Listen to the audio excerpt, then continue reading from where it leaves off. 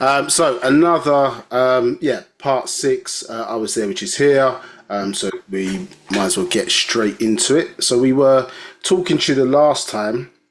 For those joining us for the first time, it's a series of classes out of a Paa Taraq, referred to I was there, which is here, and we're on part six of explaining to you about part one. So what we've been doing over these last few parts is just going into or scene setting really before we get into the events that this Paa Taraq is trying to but it's explaining what we're dealing with is basically to just set the scene on who's who in relation to these series of events. Yeah, so and that's basically going through different groups of extraterrestrials. So if I can find the right slide we want to look at, avert your eyes if this is making you feel a bit sick.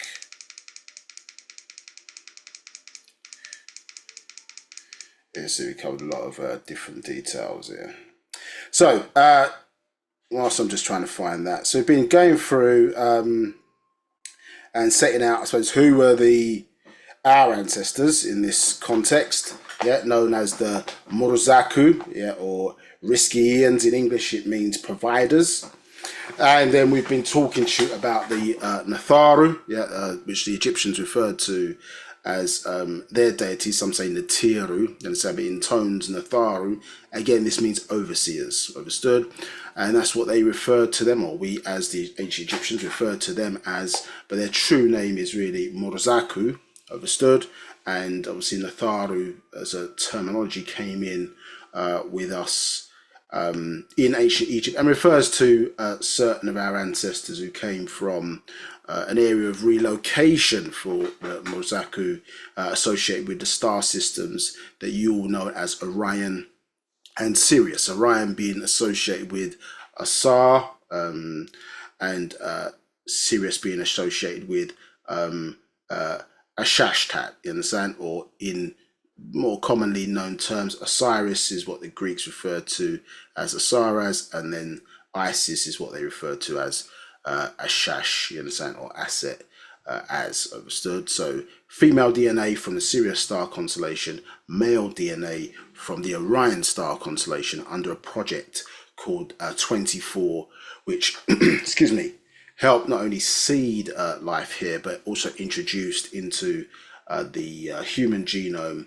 different sets of skills or abilities, which obviously as human beings now are randomized throughout the population of the world. Such skills like being able to sew, cook, draw, you understand? These types of things, obviously, which were programmed into the DNA as part of that project and as part of our growth as human beings. Okay, so we were talking to you about, as I say, a group of extraterrestrials. Let's just get this up. And we're taking you through, let's say we've done a pretty comprehensive job, one might say, in talking to you about, let's say, the Morozaku, in the sense, so our ancestors, who we are the children of, and then obviously getting into some detail then around the Anunaki, and this terminology that's used, Draconians, in terms of talking to you about them, which we've not got onto yet, still on the Anunnaki. And then we'll go on to talk about the Pleiadians and other groups of extraterrestrials in relation to this story. And obviously, you know, if we're talking, listen, adult terminology, grown-up terminology, then you're not talking about angels with wings on their back. Understood? You're talking about extraterrestrial beings, extra to the planet Terra, astral from the skies. Understood? So this is the grown-up conversation, not the child conversation that we're elevating it up to now. And some say Bible means basic information before you leave Earth. Well, we're not interested in the basic information. We're interested in the total information, or outformation coming to you in the form of information, understood, so you can understand the who, what, where, why, when, and how of a thing. Understand? And obviously this relates to helping you to understand the two W's, isn't it? The who you are according to natural nature, and then the what you became, understood in this particular context by way of bad information that was given to you, particularly in the West, but really all over the planet, where you did not know who you are, your origin, where you came from, and ultimately your true purpose within existence. You understand? And your growth pathway or your ascension pathway for you to fulfill your potential as per your ancestors or natural nature's design. Understood?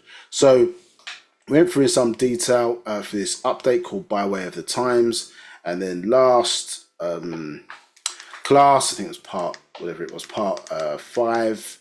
Yes, we were going through Alelu and the throne, so you'd have a bit of context around sort of who people are referring to as the Anunaki, but that's not their name. Do you understand? Anunnaki is an event, understood, which we're going to learn a bit more in detail about today. And that's an event, yeah, when certain groups of extraterrestrials in 50s were sent from their most high God in craft ships to this planet, understood, in groups of 50. And that is the event called Anunnaki. You understand? That's the event. But themselves, you understand, they are referred to, as you can see here in this extract from the Sumerian Bible, book not released yet. It's a draft that's been shared out, you understand? So, and you see Anuna, humanoids, and then Tanan, which is reptilianoids, understood? So 2 groups of species, this is where they arise at their most high God, who they're talking about, Genesis chapter 14, verse 18, the being out of Sumerian culture called Anu, you understand, who they refer to as their most high. In that context, yeah, is from the group called the Anuna, understood? Yeah. And so we were walking through some of that history. I think we taught this several times before, but it's worth for the context, certainly for new people not familiar with this, to certainly understand who the different people are. I'm probably not going to get that just out of one class, but nonetheless, it's good to at least set that tone, seeds, get that information out there so you're clear. So, because what's happened is over time, many of these different groups of extraterrestrials have shared the same titles, because one of the things that was really explained to you in some detail when the Holy Tablets was released in 1996, and then various iterations of it onwards, was to understand this thing about name plurality, and the fact that, as I say, different groups of extraterrestrials, even groups, tribes, etc., can be referred to by these titles. You understand? Because people are fixated. Like if you use the term Adam, for example, that's got a certain connotation to it, word association. So if I say, well, if I started talking about Adam, people might think, okay, well, that's the biblical Adam. But the question one has to ask themselves is, well, which Adam are you talking about? You understand? I could be talking about, you know what I mean? I could talk about an Adam today. My friend named Adam. You understand? Not because we're in a context here, and when I say Adam, people think, oh, that's Genesis. We're having a conversation about that. Even in that group, remember, it's sometimes they use the word man, Strong's Concordance number 120, and sometimes they use the word Adam. So they play a translation game by leaving it untranslated at times, or they translate it into man at other times, so that you won't see, well, there's multiple Adams, you understand, according to the way they've recorded their book. And so you're relying on the mindset of translators, understood, male translators, male Mukasu, you understand, Caucasian translators who have got no interest, not necessarily an interest, one may say, in the truth according to what the truth should be. You understand? What they're interested in, the truth from their perspective, and things that they couldn't explain or doesn't necessarily fit their narrative, then obviously they're going to hide away or misrepresent, understood, because, as I say, maybe it tells a story that's not in tune with what they want to put out to the world in accordance with their own belief system. So understanding this is where where one must cut through some of the confusion, because at certain points, for example, the word Natharu as mean overseers. Well, different groups of extraterrestrials could have a setup where they've got overseers. Do you understand? In terms of rank. So yeah, some might say, oh well, the word Natharu could be associated with the Anunnaki. You understand? Because they have overseers in their structure. So if you look in their Bible, for example, which has been copied, as I say, from some of these Sumerian tablets, there's a hierarchy going on in there, isn't there? God, first chapter, Lord God, second chapter, Lord on its own, fourth chapter, 14th chapter, Most High, and a plethora of other titles to go along with that. Do you understand? So the group called the Lords, you understand, or the Yahwehans, if somebody said, oh, well, they're overseers because they are over the Elohim, for example, then somebody saying, okay, well, those are overseers, or they were speaking in the Sabat language and said, oh, well, those are Natharu, immediately now you'd get confused because you'd be saying, well, hold on, I thought you said the Natharu were related to those in Africa, and not thinking in your mind, yeah, about, well, what does the title mean? What does the term mean? Of course, it can be associated. The word sergeant, for example, or if you have a ship and the ship's ruled by a captain, for example, yeah, that word is not exclusive to the country that you reside, is it? It can be applied in many different languages, and they're all referring to a ship's captain as the same thing in a different language. Do you understand? So if they said to you in their language, yeah, and they were on I don't know, in this case, we're speaking English, I'm in England, and they refer to the ship's captain in their language, well, yeah, that's correct, isn't it? But you might not be familiar with that terminology. And so when you're reading or looking at things of this nature, it's always about, okay, well, what book is it? What context? What perspective are the records being conveyed from? All of these things are important, understood, because again, to add more confusion to the situation, many people copied stories as well from our ancient records to try and tie themselves into the vine. Do you understand? So they saw the greatness, they saw what they knew of the origins of us, and because of racism, yeah, they wanted to tie themselves in to the origin of things to show that they were the ones all powerful, etc., not subservient to some other group of people, particularly as racism against people of darker skin, do you understand, came more maybe to the fore, where it would be seen as, let's say, denigration, or to lesser themselves, to find out that maybe in later times, these people that have been associated with being slaves, do you understand, or being in servitude, are actually, you understand, your mothers and fathers are actually your real gods, you understand, because a lot of brain dirtying across the planet obviously has been done, not just against our people, but I say we've been brain dirty to forget who we are. Many have been brainwashed on the planet to forget who we are, you understand, and also forget who they are.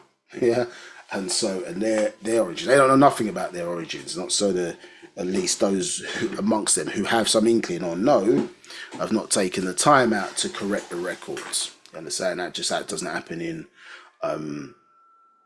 it doesn't happen in these sort of religious texts. Happens in the education system, which we find out today. You understand? Ask your kids if they know about quarks and biaps and zeals. You understand? And quantum physics, as opposed to learning the periodic table about hydrogen. Have they gone beyond that? Where were we in 2024? You understand? So cyclotrons and things of that nature have been around since the 60s. So we're whatever now, 60 plus years on. Have they changed the textbooks, and are they teaching the children about the fundamentals of quantum physics or the state of nothingness as opposed to somethingness? No, they're not really in some detail, because you've many of you on this call, or have gone to school, or been in the education system since that time and don't know about it. So some of you just find out about it now in Wu-Sabat, even if you were paying attention to those subject areas within their system. Do you understand? So a lot of corrections have to be done, and unfortunately, as I say, this is why I say unfortunately, maybe fortunately for us, but unfortunately because of the situation, this is why a master teacher or an incarnated master is required to set the record straight. So we were going to and speaking to you about, as I say, these Anuna, their origin on this craft ship called Nabiru. You understand? The reason why, again, some of it can seem to get a little bit confusing is because some of their origins, their origins of some of these groups of extraterrestrials who are in relation to human beings. So one things you should understand as well is that when the master teacher is conveying a lot of this information to us, it's relevant to us as human beings. Do you understand? So remember, there's vast amount of an immeasurable amount of outformation information beneath formation across the multiverses. Do you understand? Obviously, what we are being taught is what is relevant to us as human beings. What's going to aid our ascension journey, of course, and the what we say, our story, his story, etc., relevant to us. You understand? What's pertinent, to us, not necessarily just giving you random sporadic stuff that's not going to be viable and useful for you in this day and time. Do you understand? So this is what is being expressed. So these groups of extraterrestrials, I say some of them, because of their origins, came out, or they were given refuge on this 8th planet called Razak or Rizq in the 19th galaxy. We happen to be in the 18th galaxy, so they were given refuge on Rizq, and so some of them, their origins is from Rizq, although they don't reside there today, but some of their origin is from Rizq, and this is what we were obviously explaining to you about. But as you can see here in the verse 1, destructive device hit their planet that they were on, and many groups, millions of them, do you understand, of different species, had to relocate, while their atmosphere, the shield that protected their planet from this tri-solar system, had to be repaired. You understand? So they, as I say, moved or evacuated temporarily, in a sense, to other places, and built craft ships in this context here. This particular group were on a craft ship, planet-sized craft ship named Nabiru. You understand? This is what we were explaining to you in the previous part. Yeah. So two groups. You got the Anuna humanoids. You got the Tanan. You understand? Reptilianoids. Understood? And we were explaining in all of this detail. Let's get to where we were. We were around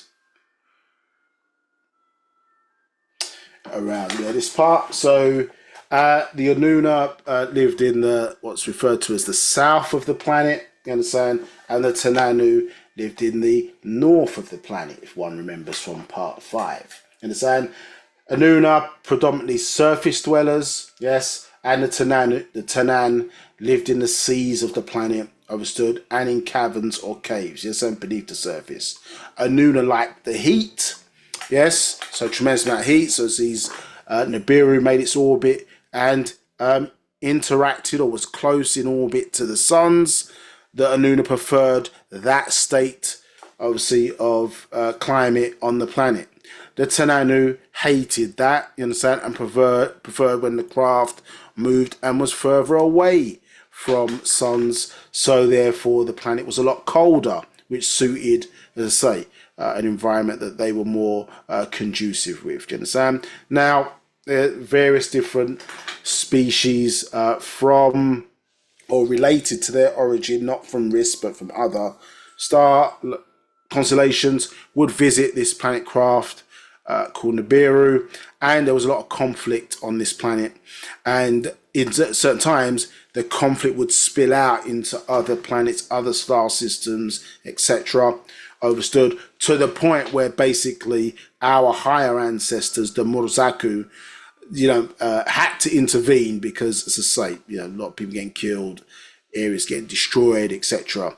To the point where they had to intervene and warned both sides, basically, fix up, otherwise we're going to take out your fleet and both of you and your craft ship, do you understand, by way of this galactic federation. Do you understand? We're going to destroy you, basically. So fix up. Now, obviously, our ancestors being the supreme beings of existence, you understand, obviously both all had to fall in line in relation to that. And so they came up with a what one would describe as a system of rulership, understood? Yeah, where they would take effectively a excuse me, yeah, a male ruler from the north, yeah, so from the Tannan, you understand, and the equivalent. So they drew lots. This is what this is describing in text. So they basically used chance, and it was basically determined that they would take a male ruler from the north, yeah, from the Tannan, yeah, the reptilianoids, understood, and to ensure both sides were represented, that individual should marry or take a consort or a wife from the beings of the south, you understand, which would be the Anuna, understood? So, yeah, you have joint representation, and so there will be one ruler, not two rulers, yeah, on the planet. So you wouldn't have a ruler for the south and a ruler for the north. You have one ruler for the whole of Nabiru. You understand, this planet-sized craft that both are on. Both would be represented in this way by marriage. Does that make sense? Yeah. So the issue was, though, however, and so the Natharu came in. Okay, they agreed this way forward, and then, you know, fix up. This is how we're going to run things going forward. However, understand? Yeah.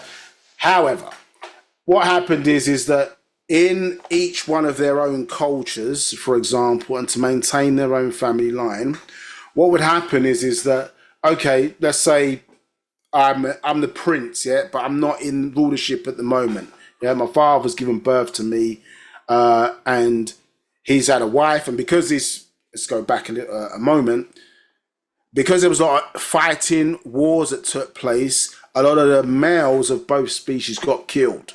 You understand? So this led to I suppose, a cultural rule or behavior where, in order that a man could take, or a male could take more than, not a man, a male could take more than one consort or wife, but the head, obviously, of their family legacy, if it would take a woman basically of his own species. So let's say, in the case of one of the Anuna, he's, let's say, a male Anuna, he has taken a wife, which is oftentimes likely to be his sister, yeah, so the same father or same mother and father of the same species, taking his sister to keep the bloodlines pure, marry his sister, you understand, and then she would be the head of the legacy of that household, you understand? So, so she's the ruling wife, if you want to say that, in that context. If he took other females on board as concubines or further consorts, the woman who he married first would be the ruling party. Now, the issue comes along now, if you think about this now, okay, you're the prince, or in this context, I'm the prince, and then now I inherit the throne because my father now has, yeah, stepped down, do you understand, or passed on, and I'm already married, yeah, so I take on the throne, yeah, with my first wife of my own species. But according to the rules, you understand, it's a bit set in place. What have I got to do? I'm supposed to take a wife, isn't it, from the other species. In this case, if I was a Nuna, I got to take a wife from the Tannan, correct? But I've already got a wife, you understand, who's a Nuna. So what status now does the wife that I'm taking on? She's going to be under the wife of my own species, but she's supposed to be ruling with me the whole planet. You see, so this is where the confusion or the conflict then came in, because of a situations that arose in that way. Do you understand? And so therefore it's like, how do we solve this now? Because it's not clear who should be ruling, because they didn't leave the space open for this, let's say, divine bloodline on both sides. And of course, if you're living your life, you don't know, you know, when you're going to take over, isn't it? On both sides, you don't know when you could be the person taking over. Like in England, for example, you know, the Queen of England sat in the seat well into she was in her hundreds. You understand? Her son now has taken over. You know, he's got only health problems as the king. Do you understand? He's taken over like, you know, I don't know what his age is now, 70s or he's probably late 70s or whatever. Someone can look it up and put it in the chat. But he's an old man now. He's got cancer.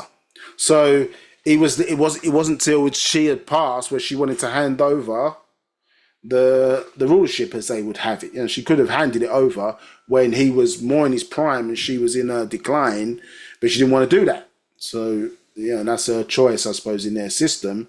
So she didn't abdicate. So therefore, he's taking it on late. So he obviously, until that time, got to live his life. Yes, and so in a similar way, in this setup, you're going to live your life, isn't it? You're not going to wait until, or in their system, you're not going to wait until, you understand? You're waiting to take on this wife from the other species. You understand? So this is what basically the confusion that came in and arose, and then caused conflict within the various different bloodlines. Yeah. So this is what we were talking to you about, or certainly getting into that subject in the last class. Any questions on that? Hopefully that's clear. If not, please question. Give me a second, just double checking. There's no questions. Okay, so with that background, you understand? Yeah, with that background, let's get into what we were talking about so we can advance this. So with this north-south setup, yeah, they set up this city called Agade, which means union, yeah, for this new way of ruling the planet, you understand, as us having a single ruler, not one from the Anuna and not one from the Tanan. Yeah.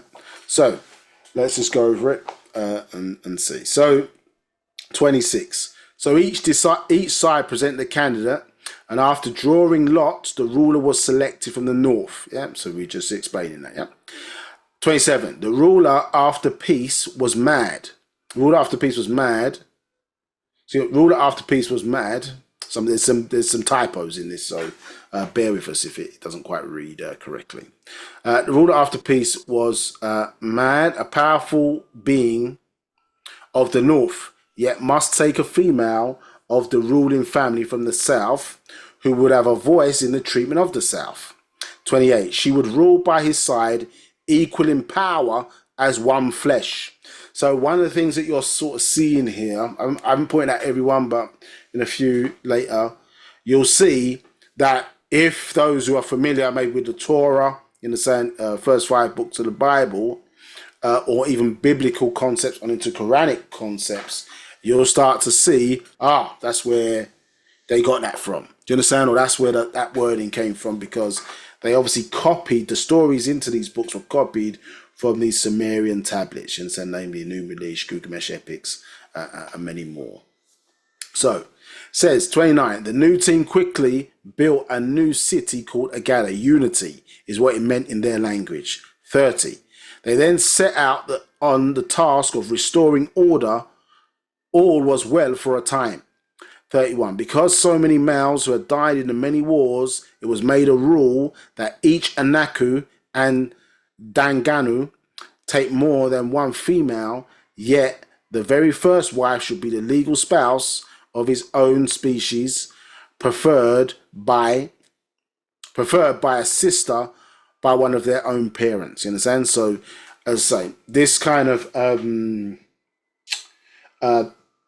basically it's referred to as eugenics. You understand? So basically, you're breeding for genetic strength. Yeah. So if you think about it, when us as the first people who were here on the planet as the Sands people, you would, of course, you would be only marrying family. Today, now it would be like, marry my sister. No, hell no. But obviously back then, to keep the purity of the genes, you would be marrying your own family. Who else is around? There's nobody else. It's all out the same gene pool. So everybody, of course, would be related by blood.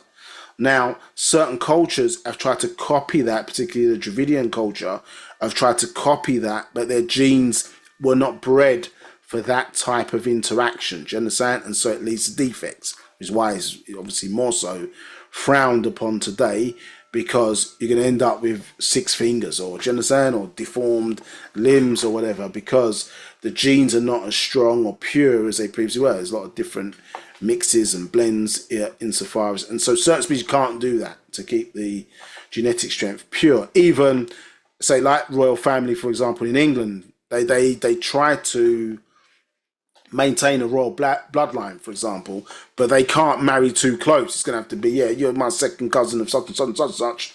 Yeah, so that the purity of it is very loose. Yeah, so it's family, but it's not really close family, because defects would arise. But obviously for us as Nagaru, more so on this planet, not in relation to what we're talking about now, but in relation to this planet, yes, that was our origin. That's how we started.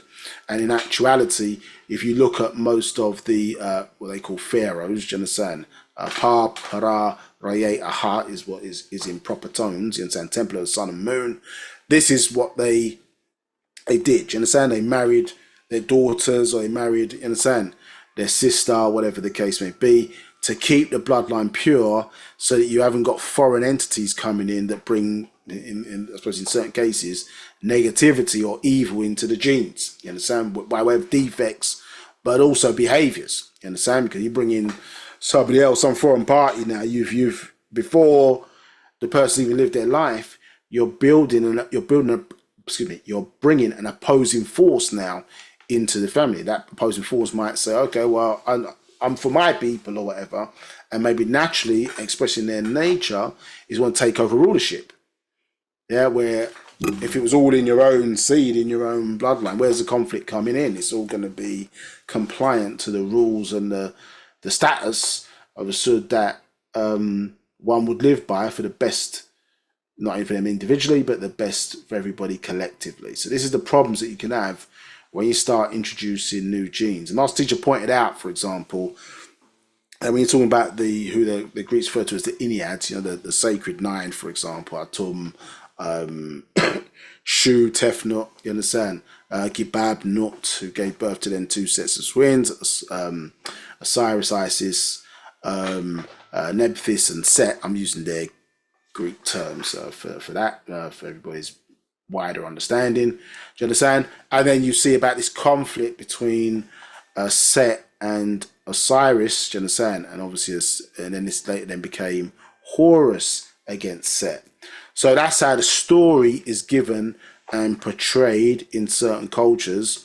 But what the master teacher explained was that how could Set have been an opposing force when they all came from the same gene pool?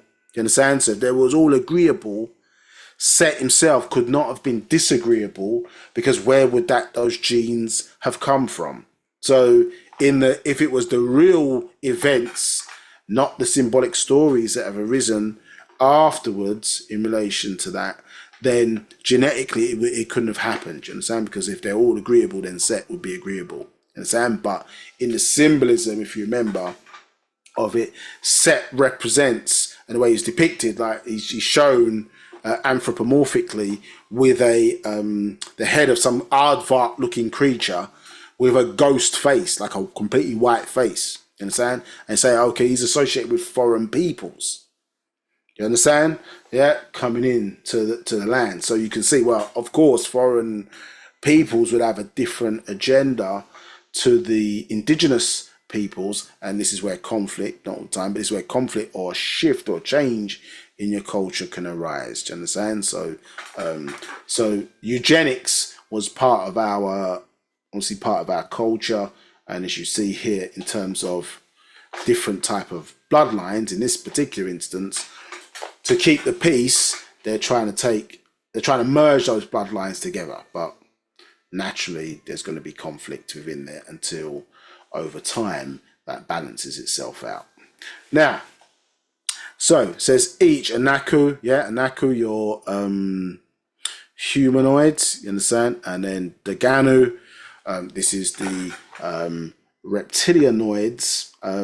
But in Daganu, within their species, you've got, I suppose, what may better class as fishmen or sea people, instead of those of the sea. So within the Tananu, they've got the Danganu, Yeah, those of the seas, or they live in the seas. Yeah, a bit similar to an aspect of us, isn't it? Which is Danganu. We are reptilians who are also mammals. You understand? So obviously, yeah, seamen. You can hear seamen. Yeah. So we start off in the waters, of course. You understand? So an aspect of us is Danganu. You understand? We are amphibious in that way, or sea fish. They could describe as fish people. It sounds crazy to say, you understand? Because people love fried fish and all that, but we are fish people. You've got scales, you understand? Yeah. You look at your hand, you've got webs between your fingers. You understand? We live in water for 9 months in the womb. Do you understand? That kind of thing. So you can see the Daganu in us. And so in this species, the Daganu is part of the Tananu. You understand? There's the two species. Now, each could take more than one female, yet the very first wife should be the legal spouse, yeah, of his own species, yeah, preferred a sister by one of his own parents. Yeah, this will be explained.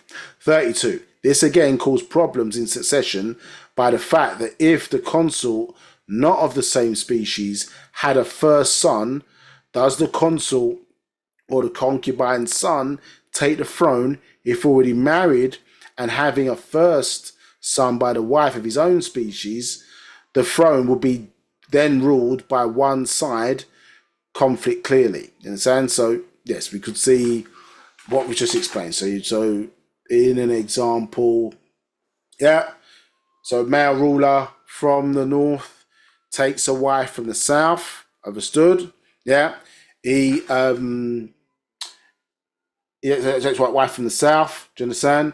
But his first wife, let's say, for example, is from his own species, yeah, from the north. You understand? So a male ruler, I marry my sister. My sister's my legal wife. Understood?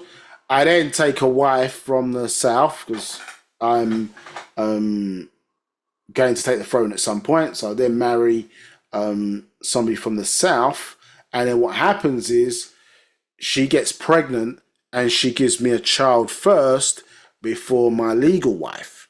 You understand? So which one takes the throne? Which one is going to succeed me in taking the throne? Is it going to be the person from my legal wife, yes, from my own species, or is it going to be the person from my consort who was from another species? You understand? Because what would happen then is that, let's say it was from my consort, you understand? Then if then he takes the throne, for example, at a certain point, and he now takes a wife from the south, they're both now south dominant, aren't they? They're both now one species now ruling. It's not purely, yeah, Anaku. It's not purely Danganu. Yeah, there's now an imbalance. So this is where they're talking about where you've got this conflict. Now, is this of interest? Yes, because when you look at your sort of biblical Torah on into the Bible, on into the Quran stories, there's this issue about this the second son, yeah, being given rulership over or succeeding rulership of the tribe or whatever structure, kingdom, whatever it is that was in place at the time. The younger son is taking rulership before the eldest son or the first son. So you look at Jacob Esau, Solomon Adonijah, you understand? Ishmael Isaac, you understand? So there's these conflicts where the younger is taking over from the older or the first son, which we would expect that to be the first son.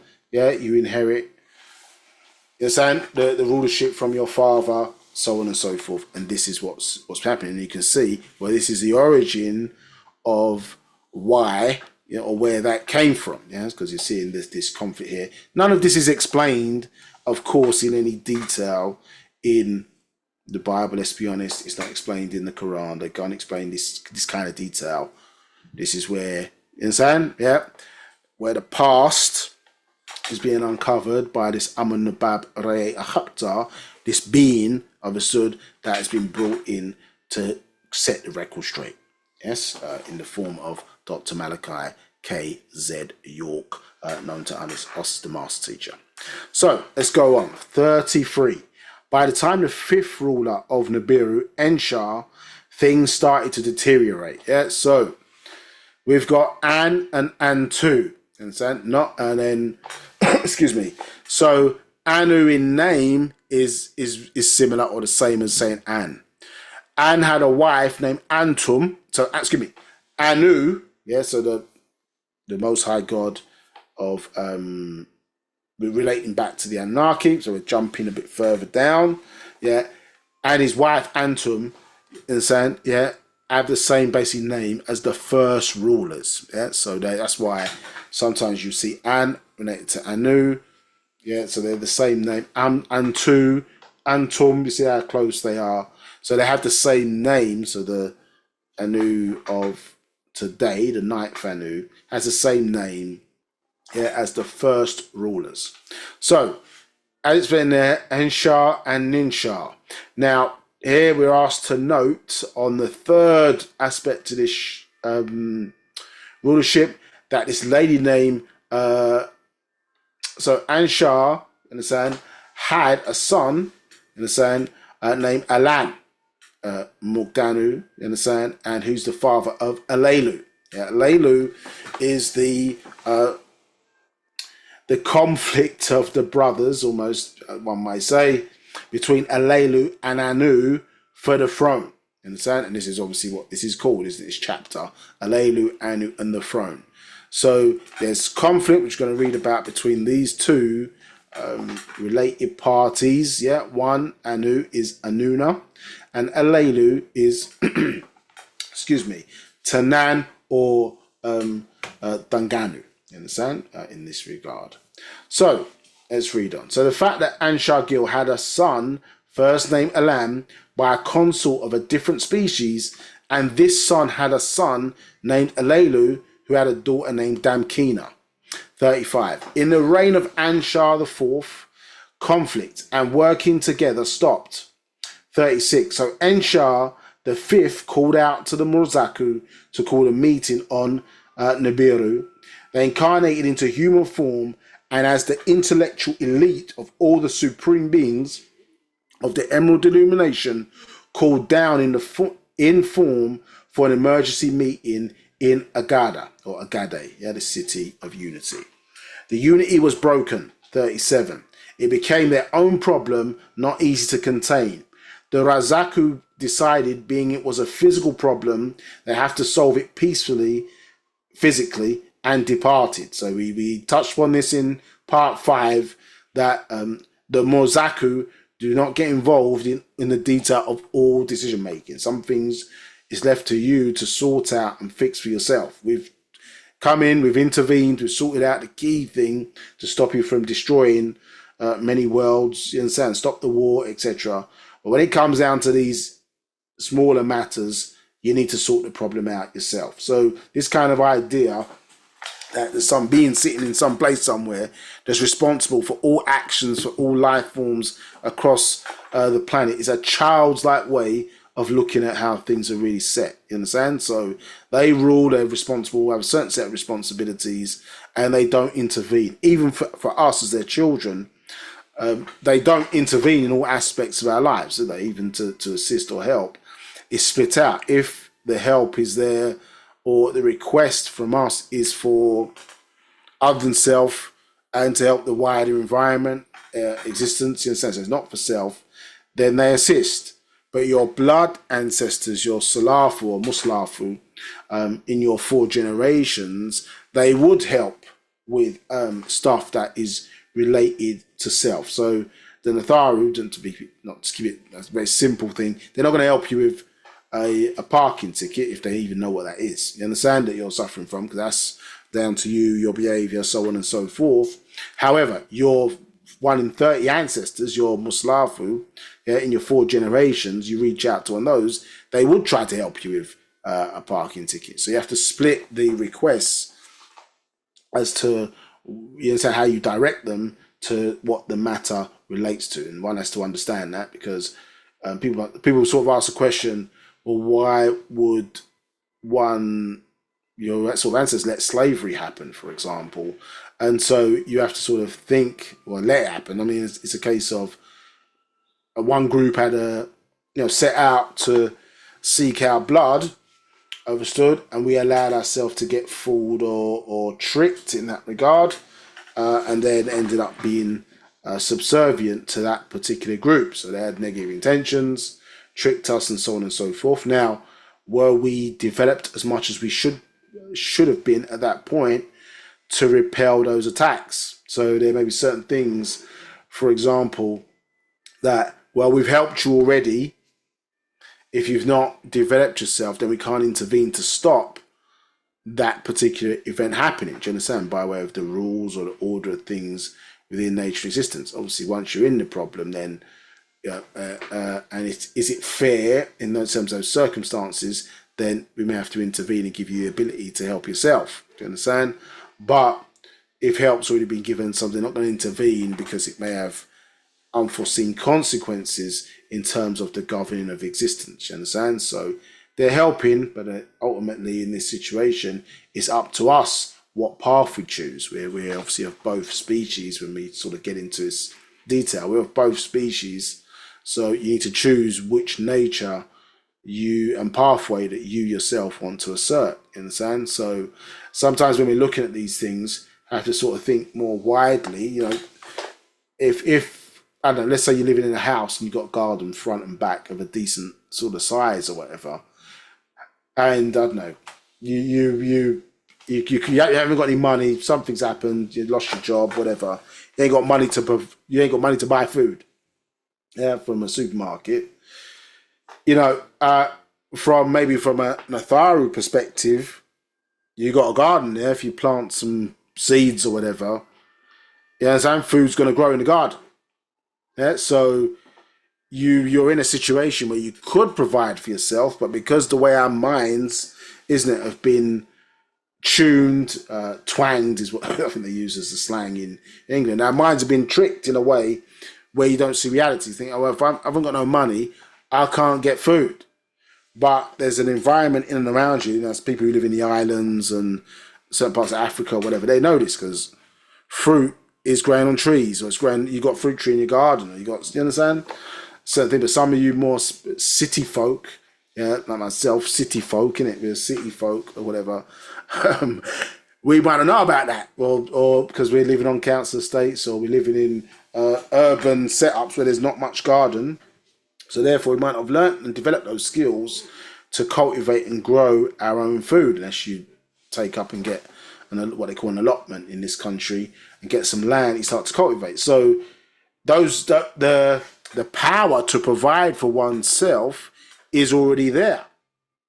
But the way the system has programmed our mind, it may be the furthest thing that we're thinking about away from ourselves to solve that problem that we haven't got no food to feed ourselves. Does that make sense? So, but from a Natharu point of view, natural nature point of view, we've already provided. If you plant the seeds or whatever, you're going to get food that you can eat and grow. So we've provided all of that. It's already there. It's free for you to use. But what we're thinking is, consumer. No, I get that from the supermarket. I pay money, and that's how I get my food. So we're trapped in that kind of irreality. Until somebody points it out, and but you would go to your grandmother, great grandmother who passed, who would maybe to get the money, solve that problem, and then I suppose we were thinking in longer term, well, I'm not going to find myself in this situation again. Let me learn how to, to plant some food in the garden or whatever. So at least minimum, if my money's low, we're not gonna starve. Do you understand? So this is the type of things now that will bring you into the reality of natural nature, and maybe ask ourselves, well, why would they not intervene in that situation? Do you understand? Because, well, the solution's already there. You just have to have the knowledge and wherewithal to be able to embrace it. Yeah. So now, if as I say, completely ignorant now, it's going to be a problem longer term, because as you can see on this planet, certain groups of people are just mashing up the environment or setting the setting the ways of liberty, do you understand, that they're promoting is just basically destroying the environment, then we need a change, isn't it? We need ourselves in this instance to remember what our true purpose and role was, and then, you know what I mean, be in a position to affect positive change in the environment in a sense that it's properly maintained and optimized for all life here on this planet, so that we can sustain it for you know what I'm saying, for a long time, until such time as the sun goes supernova, and then we'd have to obviously relocate well before that. But according to the old tablets, our sun's got around 1 billion years left of fuel within it, so this is not an immediate problem, but it's a problem that will arise in the future, if we're still here. So we see that say an emergency meeting was called, and then say they departed. Yeah, we're not getting involved. Yeah, as far as we're concerned, it's not a problem for us to deal with. This is a physical matter. You need to solve it peacefully. You understand? So they're putting that warning in again. Yeah, you start act up again. Yeah, on the planet, you know the consequences of what's going to happen. You understand? So in that regard, so both sides, so both sides studied this problem and declared that it had happened before in Nabiru's past, and was an inevitable consequence based on the orbit of Nabiru. So this is it. 39. We see where it began this time around from the fourth ruler's son. This is fourth as in Four. Yes, so there's a few typos in there. Yeah? So fourth ruler, Anshar and Siramal birth a son named Alam.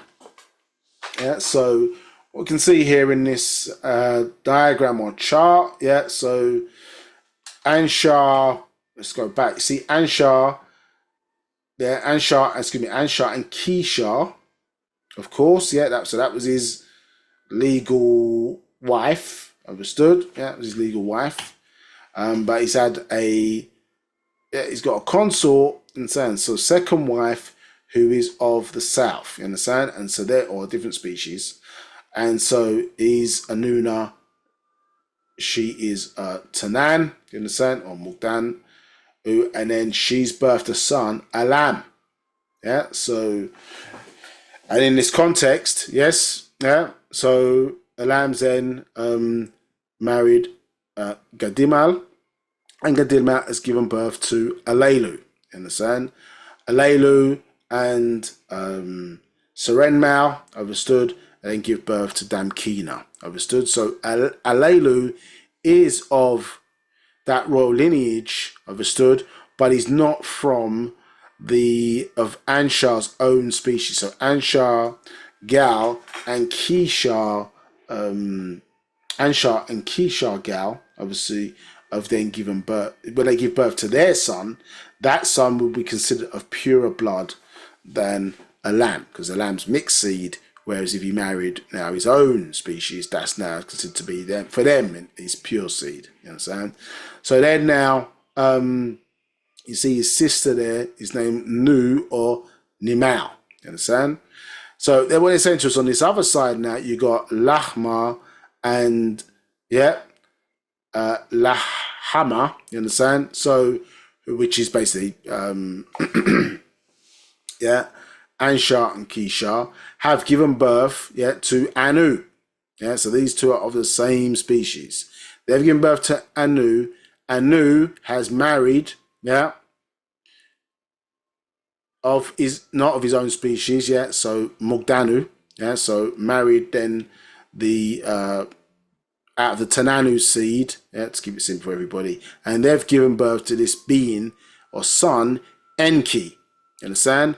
Now, excuse me, Anu later, which we're going to read about, had a son, with his wife, of his own seed, Antum, and that son was named Enlil, but Enlil was born after Enki.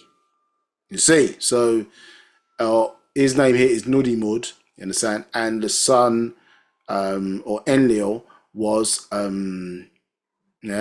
his ruler of skies, his name's Nunamir. But he is the younger son of Anu versus Enki. Do you understand? But Enlil was given rulership over Enki. Do you understand? So, which we're going to read about. But so this is where the conflict of the gods, as they refer to it as, comes in relation to this. Yeah. So all of what we've been explaining, yeah, you can understand now. Okay, there's this intermarrying of species, and then as a result, in certain people's mind, if you marry your own, that's pure seed. If you marry, if you're married to somebody of the on the other side, then that's not so pure. Even though, if you think about it, to take one from the other from a rulership term, that's how it was originally set up, isn't it? That's how it was set. So to take one side from the north, one side from the south. So really, in terms of the principle, arguably that should be more pure. But because they now introduce these other rules around how within their own species how marriage would be conducted, you led to this confusing issue now. So it says, so you ended up with Alelu and Anu, both rulers of separate species, yeah, because what's happened is, as you say, after the fourth ruler, yeah, things have broken down in terms of that one ruling system. Now, 40, so this is explaining the reason why. Because Anshar gave way to his son Enshar, 41, and Anu did not do the same when it came to Enki by Nimau.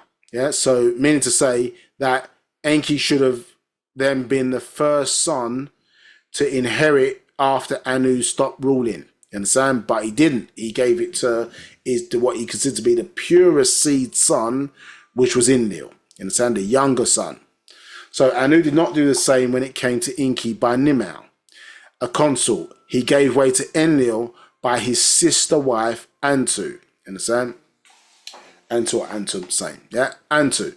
42. So Nabiru's atmosphere continued to deteriorate as they moved forward toward the coming sun season, and its atmosphere was depleting fast.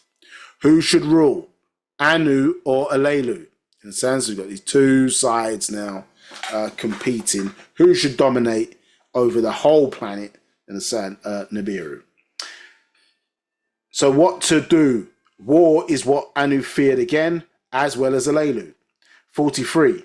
Before them, you had Enshar, who gave birth to his son by a consort, concubine, Do'uru. You understand? So those who don't know what concubine is, if you have a, so basically if you have a legal wife, understood, and then you then have everybody thereafter is going to be, and she doesn't have wife status, then everybody afterwards is going to be a consort in this, say, concubine, yeah, because they're not your wife, but they're still your partner, mate, understood, but they don't have wife status. Do you understand? Later on in these monotheistic concepts, biblical concepts, yeah, you couldn't be a wife unless you was a virgin. Do you understand? So a lot of those they don't apply in Western society or whatever. But if today marriage was reserved for virgins, you understand? This is concepts, yeah, biblically and otherwise, Torah and most of the monotheistic religions today.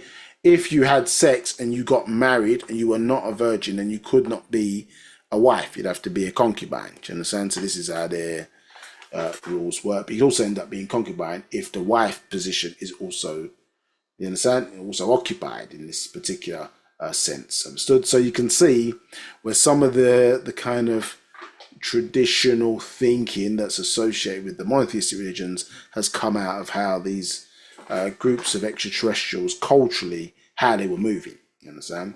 Now, it says here, Do'uru became the seventh ruler of Nabiru. 44. As things grew even worse to the point that sex was ordered stopped, no more births. 45. Do'uru's wife, Daru, found a baby boy at the home gate, and Do'uru adopted him as his legal heir and named him Lahma. 46. With the atmosphere and life on Nabiru at a critical stage, Lahma was given two choices to deal with the problem. The first solution was to use weapons of terror, 47, to blast the volcano and awaken their belching to rebuild the atmosphere. 48. The second solution is to obtain large quantities of good gold and suspend it in the atmosphere to rebuild the shield. You understand? So you can, as you remember, both parties were sensitive, weren't they, to the climatic changes, depending on its relationship to the sun. But obviously, when their shield was functioning, it maintained, you understand, or sought to maintain at least, protection or an even climate for both parties. You understand? So not too cold or not too hot in relation to the basically the atmosphere on the planet. So basically, where the Tanan, you understand, species sort of lived, a lot of volcanoes obviously erupting or whatever. So if your shield is working correctly, that level of significant kind of volcanoes exploding, etc., that heat obviously can be maintained within the planet as appropriate, or you understand, obviously. But when it's cooler, so that can maintain heat for the planet at certain points. But obviously, if it's not working, or the atmosphere is not correct, then obviously that heat is going to be lost, isn't it? So yeah, trying to find which ways how to work it or maintain the balance of the atmosphere. And when we're talking about this craft ship as well, you have to think that, we look at the planet Earth, for example, as a planet. We're not looking at it, or we don't consider it a ship, because it's in a fixed orbit, isn't it? And we ourselves are not controlling its direction of travel. Do you understand? With some kind of mechanism to steer it or change its speed, so on and so forth. But when you're dealing with advanced groups of extraterrestrials like this, then they do have the ability to create similar types of planet. Yes, where they can control its direction to some degree, you understand, its speed, different things of that nature. You understand? That's how their level of technology was, where they could build a self-sustaining environment. Yeah, today when we think about Star Trek or those types of extraterrestrial ships, it's metal. Do you understand? Things of that nature. I think in old school movie Star Trek 2. Yeah, they showed, I think it was some Project Genesis, where they fired some missile or whatever, and it basically could restart life in certain environments. You understand? So in these these large scale planets, what we are talking about, whereas you might go, I don't know, Project Eden in Cornwall, for example, where they've got a dome environment, and it looks, it's got trees in, soil, it's got food in there. Basically, it's an ecosystem, but it's contained within a glass dome. Yes, but that's someone has constructed, to sustain life. So if we were to, to travel to other planets in this current level of technology, you could have that type of environment to understand, where you can grow food on a ship style, on a ship, based on our level of technology. But this type of level of technology is basically showing you that a planet, what we would consider to be a planet, could be artificially constructed, but it has the characteristics of what we would consider to be a naturally occurring planet that sustains life. So this is what you're talking about here. A place with mountains, seas, vegetation, forests, overstood, but it's a ship. Yeah, it's a craft. Yeah, it can be directed, steered. As they've got control of that. Now, so saying to the two solutions, obviously, one, make these volcanoes raise the heat, or fix the shield, with gold. And some will be familiar with, like, they line the space shuttles, for example, or what used to be the old space shuttles. They used to line the windows, for example, with gold, because it helps protect the inhabitants of the craft ship from harmful UV rays. This is one of the characteristics of gold, and it can be spread thin.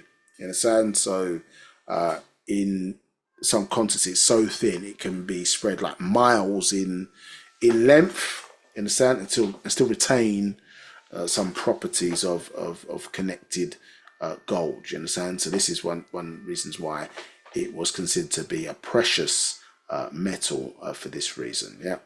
So, any questions? Yes, we have a question from Iluwa. So the question is, they said, hi, good afternoon. They really love the class. My question goes this way. Is it not bad to marry your relative?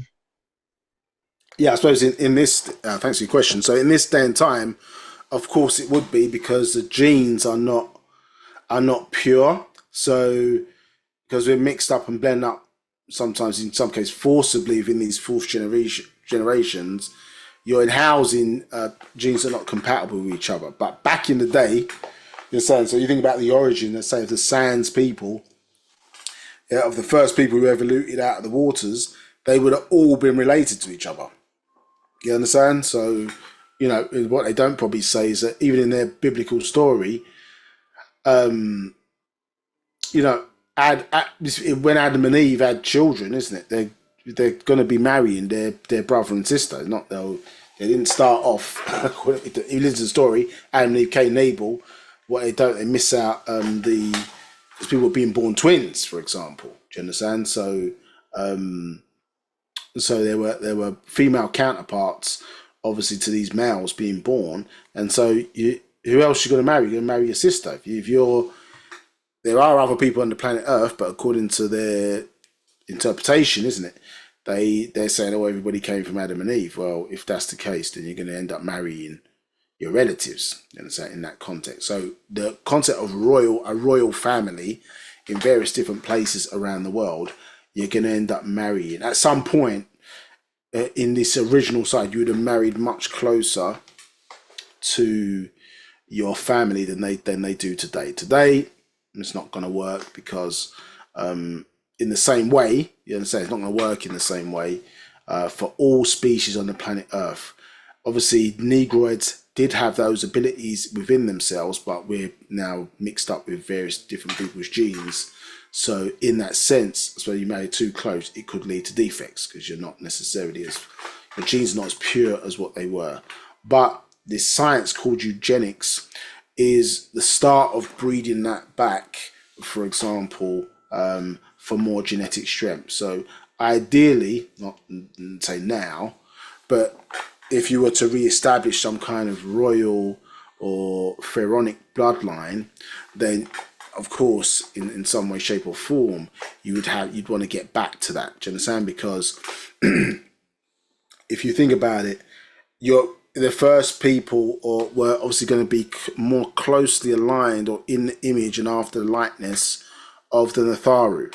The more you start to introduce foreign genealogy or foreign genes, it makes it harder then for us to connect not only with the frequency referred to as Wu-Sabat, but also if you're talking about whole-like beings or beings incarnating into the environment through our bloodlines, and those bloodlines have to be purer. Do you understand? They're not going to incarnate into bloodlines that are not pure. So over time, one would have to seek to breed that back. I suppose when the genes were a lot stronger, then of course, you understand, maybe the family side of things is going to be a lot closer to what it is. But how you get to that point from where we are now, all that's been destroyed, do you understand, literally, and then because of the proliferation of sex, lust, particularly in the Western Hemisphere, do what you want, have as sex with as much people as you want, type of situation, you can see where the genes get scrambled. So yeah, I suppose you have to start somewhere. And that would probably mean, families, I suppose, living together in some way, shape, or form. Then, I have a daughter, whatever. She marries my friend's son or whatever. We're close, and then you start really from there, and it starts to sort of build over time, maybe 400 years, and then future generations. It may take a few thousand years or whatever to get to the point where, okay, we can establish a lot purer bloodlines again, particularly if certain groups of people or families have shown, I don't know, let's say a propensity or their spiritual, let's say, I don't know, you're having golden children being born and they're showing spiritual talents or whatever, then you might want to group and marry people in accordance with that to start building up, as say, these stronger bloodlines once again. But it's not something an overnight situation, or we're saying, oh, you need to marry your sister. No, that's not what we're saying. You understand? What we're saying here is that you have to build back those bloodlines, and somebody who understands it genetically within our people that would know, okay, to eradicate these defects, we need to make sure that this sets of dominant genes are marrying against this sets of dominant genes.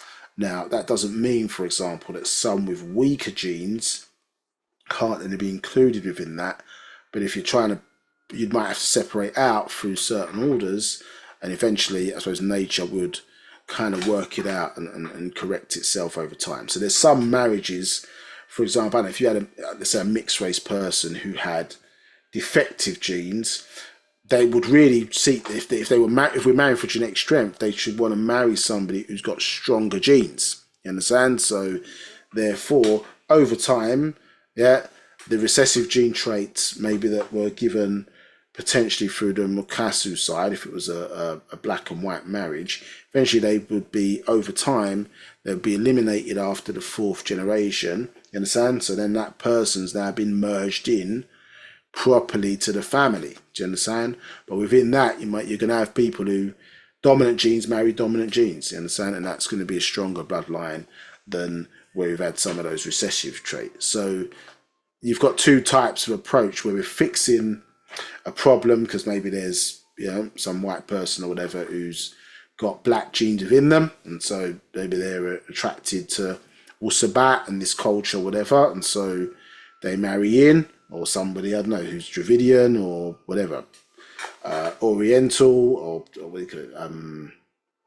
It's another name for them. I can't think of it at the moment. But they marry into the stronger genes or whatever because they're attracted, something in their 4 generations is attracted here, and so they start marrying into the family. So we're correcting, as well as dominant genes or black people marrying black people, obviously who maybe have more dominant genes, those bloodlines are becoming stronger. Do you understand? It's all one family, but there's 2 different purposes at play there. One is fixing a problem, one is enhancing what is already there. Do you understand? Both at the same time. And this is something that has taken place in ancient times, which is why we ended up, I suppose, when we were in the Americas, as the Anasazi, you understand, who they call the Olmecs, so the Greeks called it Olmecs, whatever. They basically did that with the Chinese. You understand? A man named Hu Shen came over, and we basically married in. They had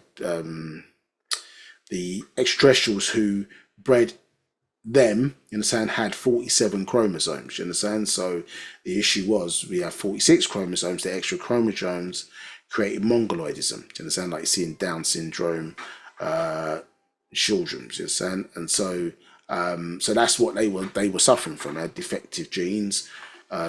Even today, that's what exists there. It doesn't mean you're not intelligent, doesn't mean you can't do things, etc., etc.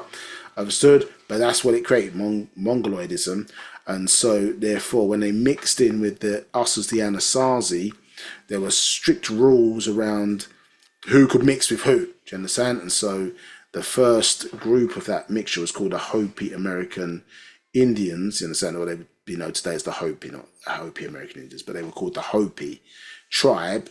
And so they were not allowed, or shouldn't have been allowed, to marry other people with recessive genes to create more recessive genes problems. You understand? So that a Hopi could marry in of a Hopi or marry another, in this case, Anasazi, to eventually strengthen their genes. You understand? But yeah, what happened is Dravidians came in and other groups of people started to mix in with those Hopi, and then created other offshoots of American Indians, you understand, which are not pure seed, you understand, not the indigenous Americans there, the Anasazi are. So this is where you can have a plan, but human beings decide what they want to do and do something different to that, and then you create a lot more plethora of problems with weaker genes. So all human beings, if they're for the human race, we should want to be aggregating into one, not this mix and blend, but we should be moving towards the dominant genes, isn't it? The Nagaru or black race, do you understand? And there's actually more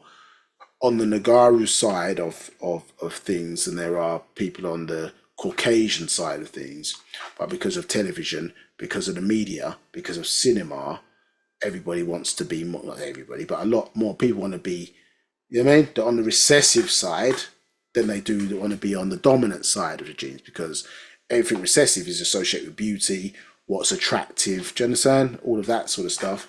It's a fur society. It's not a hair society, it's a fur. Fur is great, fur is beautiful, fur is this, you understand?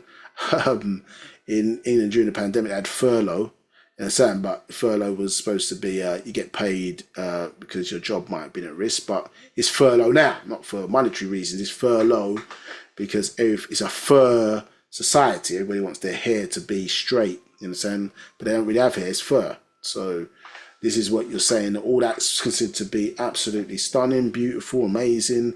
That's the most attractive people on the planet. But you've got tight curls, which you can't get that afro comb through, then that's deemed to be ugly. Do you understand? So, which is not ugly, there's no concept of ugly or beautiful in nature, but obviously we'd want to go towards the more dominant side, as all human beings should want to do, have stronger genes, but that's been made to be ugly. And even blacks today will imitate, they're wearing the, if they take their hair, which is naturally black, for example, or dark, and then they make it blonde, you're imitating the recessive state of your hair, isn't it? So you're a diseased state for your hair. You're imitating a disease. Does that make any sense now? This is how messed up we are in that regard, you understand? So that's a long-winded way of saying, yes, ideally in a eugenic state, you would want to marry amongst, you know, more closely amongst your family to strengthen your genes, and that basically this enhances our esoteric or spiritual abilities. Do you understand? Because we're seeking to get back to where, as they classify, the gods and man walk together. But that's really just saying that eventually we need to get back to a point where our genes are in the image and after the Natharu. We have been maimed,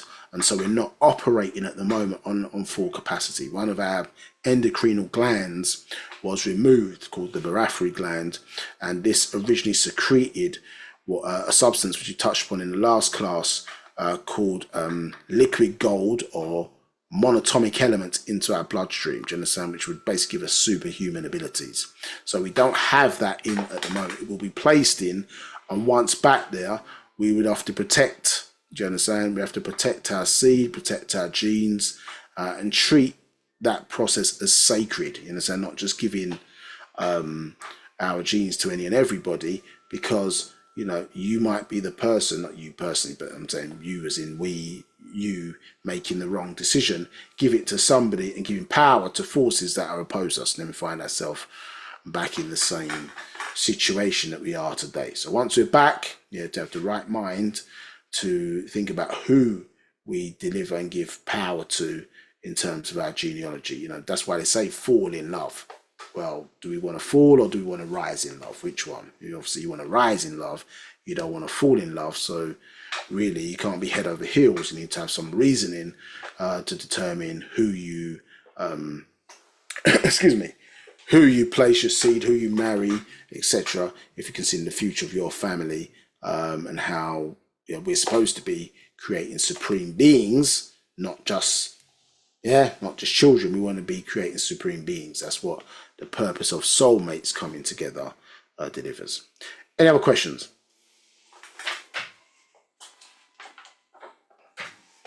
Right. I think the question's been answered. There's no more questions. Okay, appreciate that. Okay, so, excuse me. So, Anu, come on now. Yes, son, yeah. Didn't really follow the rules. He did his own thing. Understood? Yeah, so you're most high, not I'm most high, but they're most high, causing problems, isn't it? He made a selfish decision. So this is what happened now. So he gave Enlil rule shit by his sister and wife, Antu. 42. So Nabiru's atmosphere continued to deteriorate. Okay, let's go back. So let's start up at 50. So, yeah, so 49. So actual facts is there was so that should be, I shouldn't say every. 49. Only actual facts is there was very little gold on Nabiru. Yet they knew much was sent to a planet in the Milky Way they called Tiamat. Yeah, this is Earth before the crash. Yeah, so this is what it was, or they referred to it as. 50. What to do? And Lahma was a weak ruler, very indecisive as a leader. This caused more chaotic actions on both sides. So, you know, you can have, this type of situation where sometimes a leader's afraid to make a decision, to not want to affect one side or the other. And so this can cause frustration. Do you understand? This is what was taking place here. 51. And this led to great dissatisfaction in the high courts to the point where some openly spoke of rebellion. 52. This finally reached a boiling point and rebellion broke out by a ruler himself on a lower level. That was Alelu. 53. Alelu ordered his followers to go to the stonehouse of all the smaller weapons and retrieve them and prepare for rebellion. So his followers took up arms, yelling out, "We replace Lahma. No longer will he be the ruler. We need someone who makes clear decisions, who does not hesitate. Come, let us remove Lahma at his dwelling and remove him from the throne." So they went to the gate of Lahma's dwelling. 54. Know this, Nuapians. Alelu himself was a supporter of Lahma before this. Now he has Lahma trapped on his throne in his throne room. 55.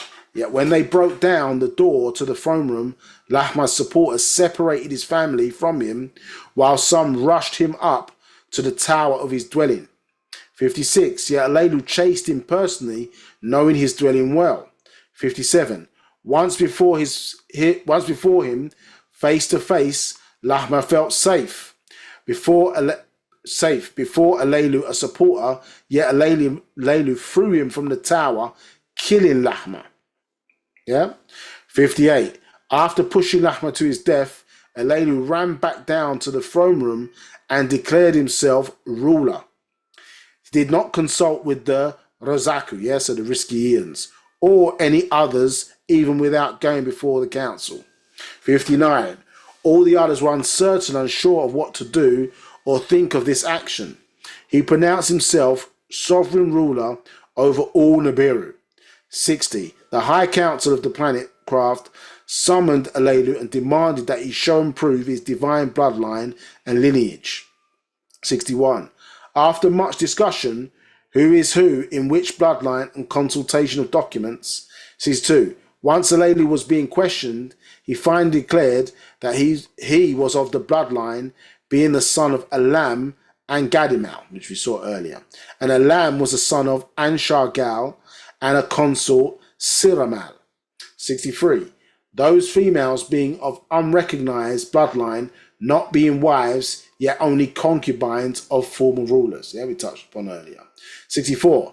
This put Alelu's bloodline in question, doubted.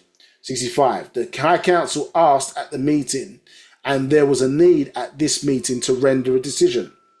66. A young voice was heard at the meeting, and there was a need at this meeting to render a decision. So that's a repeat there, isn't it? 67. The young prince whose voice was heard was An, also called Anu. He stepped forward and declared, as a direct descendant of pure bloodline, much purer than Alelu. 68. Alelu questioned, and it was declared that this young prince Anu bared the name of the very first ruler of Nabiru. Yeah, see, An there and Antu. Yeah, so in that regard. So 69. Who was An, and his sister wife bare the same name as the original An. She was Antu as well. 70. Putting him eighth in line from the first and pure-blooded, pure seed, pure records, and many yelled out, "It is true." So he was called up front to recite his family line down to himself. Yeah, see that again in or that approach. Just think about Matthew chapter 1, isn't it? They start reciting back the line from Jesus all the way down to Adam. You understand? Yeah. So again, or this record keeping of genealogy. Let's see. Yeah. You see where some of this stuff is coming from. Now it says, he was called up front to recite his family line down to himself.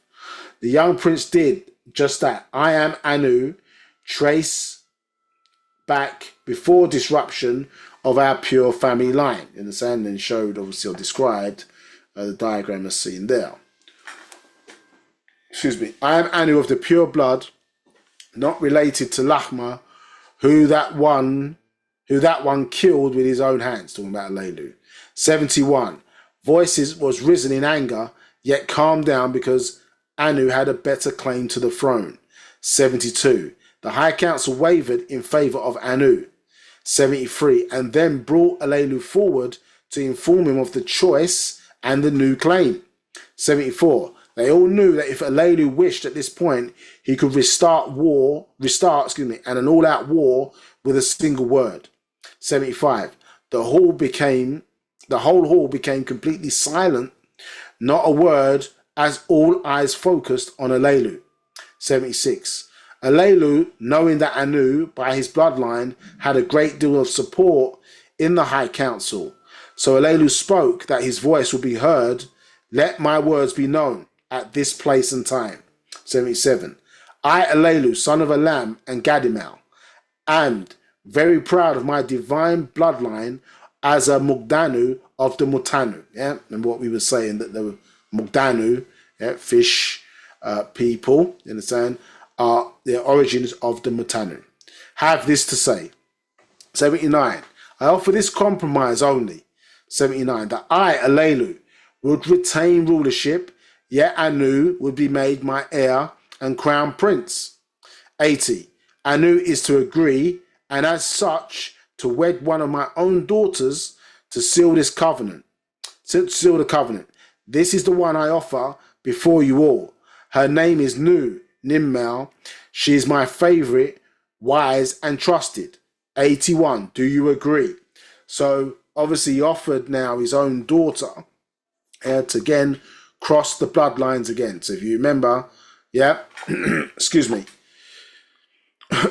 Excuse me. He was saying there he offered his daughter, you understand? But he offered Nimmal, you understand? So he had a daughter of the same name.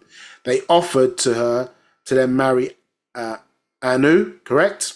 And then this gave birth to Inki. Yeah, so this obviously was an offering because in this instance, Anu had a purer claim, to the bloodline than his own. Do you understand? So in this particular instance, so let's go back to where we were. Here we go. So, do you agree? Now, 82, all seeing no other choice before them, all agreed that Anu, that included Anu, so Anu agreed to this as well, the Most High of Genesis 14, 18. 83, and from there, Alelu moved swiftly to construct a fleet of 20,000 Kabadat to be manned by 1,000 of his Mushanu, Strong's 8136. His plan was to go to Tiamat in order to retrieve the good gold. Something he planned a while back, as he would visit Tiamat and set up his cities in what is now called South America. So he was planning to go to Earth, from this craft ship Nabiru. Now, what we see here in Psalm 68:7, we see that same description, isn't it? The chariots of God are 20,000, even thousands of them angels. The Lord is among them, as in Sinai, the holy place. So we're getting a sort of different description, but when we look and break down, and see some of these words. So here you see the chariots of God, but it's a plural there, Elohim. Are Elohim, this Yod and the Mim, at the end is equivalent to the English S. This is a plural, it's not a singular. 20,000 and even thousands of angels. You see the word here, Sinan. You understand? Sinan used there for angels. not the Greek word angelos, meaning messenger, and the Adonai, so the ruler, yeah, so the Adon is among them, yeah, in Sinai. And so this is where Master is explaining this word there, here, Shanan. You understand? Is that same word there that we saw in relation to that? Yeah, Shanan, Shananu. Shanan actually means circle, I think, if memory serves me, in Sabaik, interesting enough. So crafts to be manned, yeah, set out obviously to collect this gold from Earth. Understood? So that was their plan, yeah, and to base in the Zupu zone in South America, yeah, and well, these plans got halted. Yeah, so this is what we're seeing in that Bible story. So it says 84. This secret plan was leaked. Their crafts got crushed by the Draconians. Yeah, so reptilians again out of Draco. None of them returned with good gold. 85. Yeah, Alelu then ordered that the weather weapons of Nabiru. Sorry, just to make this clear. So what's happened is that remember back. So that might sound a bit confusing for people. Yeah. So what's happened is that originally, when that original deal of peace, yeah, was set out for the planet, yeah. So you see in verse 24, what happened is that there are three primary groups. So the Anaku, yeah, the humanoids, agreed to that truce deal, yeah, peace treaty, yeah. The Mogdanu, it's an offshoot, remember the fish people, out of the Tananu, agreed to the deal, but the Tananu, who were on the planet, did not agree. You understand? So basically they were banished back to Draco. You understand? This is what it's saying in verse 24. You understand? So this warning, yeah, to come together to make peace, which is what we were talking about earlier. Yeah, it says the truces were enforced and it was declared a peace treaty negotiated between the Mugdanu and the Anaku. The Tananu refused to cooperate and were banished back to Draco. So this is what you're seeing here. The Tanan, the reptilianoids, were the ones originally out, obviously, on this planet.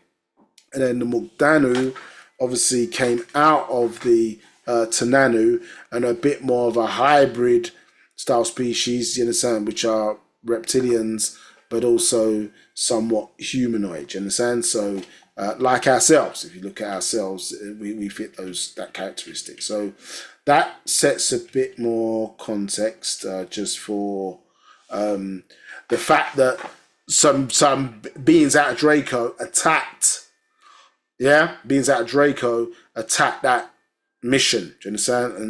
And you obviously sought to destroy that craft ship because, yeah, you've got some separations now of parties who are originally on the planet, but the time they're saying, listen, we're not even dealing with this no more, and so we're there or banished back to Draco.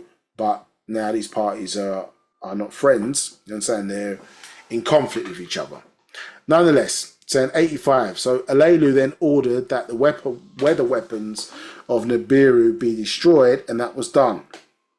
86. There was a great deal of expectation that this good gold would solve Nabiru's worsening climate problems. It did not come to pass. 87. All Nabirians began to blame and turn against Alelu, and his family was in danger. 88. The Nabirians ceased to revere their ruler Alelu. Ceased to revere their ruler Alelu. Instead of relief and misery did he cause. 89. So this gave Anu his chance. 90. He openly challenged Alelu to hand-to-hand combat, the winner to be declared the sovereign ruler over all.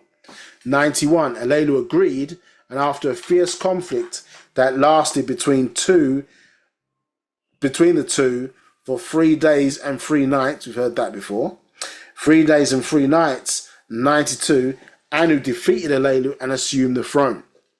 93. Now Alelu, remembering what he had done to Lachma, remember he threw him off from the top of his tower and killed him, you understand? Yep.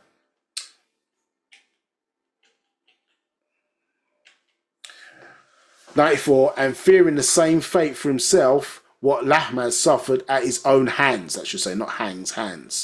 95, Alelu ran to gather up his family, and devotees rushed to his private spaceport, and with an armed Amadat, flying pillars, and Magalat, flying rolls, some for passengers, others for weapons of smoke and fire, armed with nuclear weapons, his destination was set. To return to Tiamat, to Earth, across to the west to his city called Pumapunku. In South America, Pumapunku was built in one night by a grand holographic 3D computer printer. This graphics was designed of each kind of stone, is pre-designed and was the complete structure pre-designed to know exactly where each stone inside and outside is to be placed, and an anti-gravity levitation device in place. So it's all pre-designed and pre-programmed. Above the selected place, then built from the top down, as each stone or structure is shaped without the sound of the hammer nor the sweat of a workman's brow. This is how the pyramids in Egypt and other places on Earth were constructed by aliens and their human slave workers around the planet. This is reading up to 98, and then we'll go back and show some videos. So 97, by grandmother crafts, such as the one described in the Christian book of Revelation, chapter 21. 98, it's all done in pre-programming, then from crafts above, and then assembled by the push of a button. The part that humans play is to prepare the foundation and the substations. So obviously here, in terms of where it's due to be placed. So here, let's just walk through a few things. So Alelu's obviously now seeking basically to leave this craft ship called Nabiru, fearing for that his family's life, and he wants to go to Earth. You understand? For reasons we'll find out in a bit. But interesting enough is that the type of crafts seen here, I mean, one was spotted, and this is something, again, it's just sat in certainly some of the Supreme Mathematics books for many years, as written by Dr. Malachi K.Z. York. People saying, well, you're crazy, what's all this, etc., etc. But there are things on the planet Earth, let's be honest, that's sitting there, and no one knows why in the modern era. There's pure speculation in and around it because they relate to lost civilizations, but some of the things that we're seeing are highly technologically advanced. You understand? And people say, well, you look like a fool if you're saying there's extraterrestrial involvement in and of these things. And that's not a reason just because we necessarily can't do it today. But there are many, the planet Earth's been around a long time. Do you understand? And so civilizations have risen and fallen.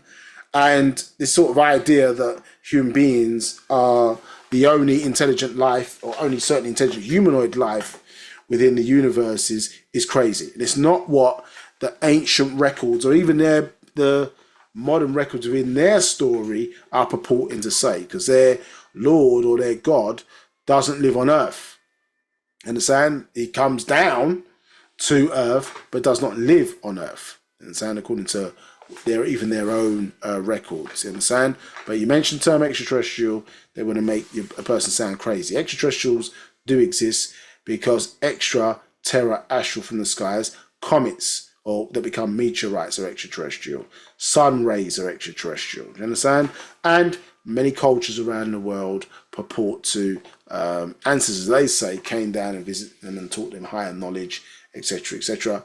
So who's to say which records are correct? Do you understand? As opposed to, well, because it's what you want to legally have people's focus on, Bible, Quran, the Torah, so on and so forth, their records have not been proven to be correct, still remain to be mythology, but other cultures have more evidence and more proof in relation to their record. So which one should be accepted just because certain things are not the status quo.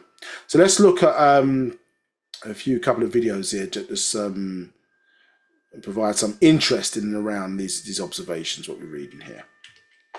Okay, so click.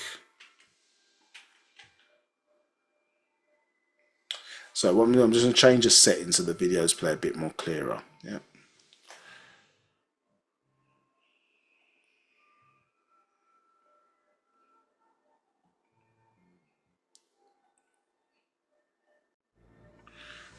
Okay.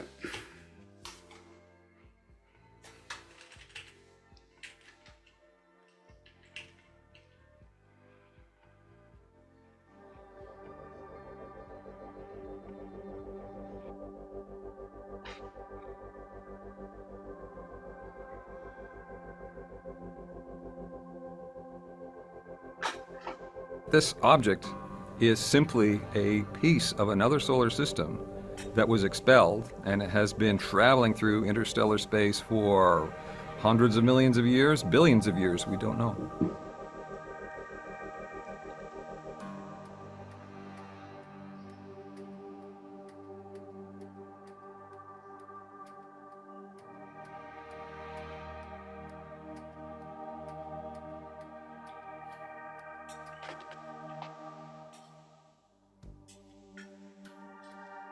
We don't see that in our solar system. None of the asteroids in our solar system look like that. So it's very puzzling how it could have obtained this shape.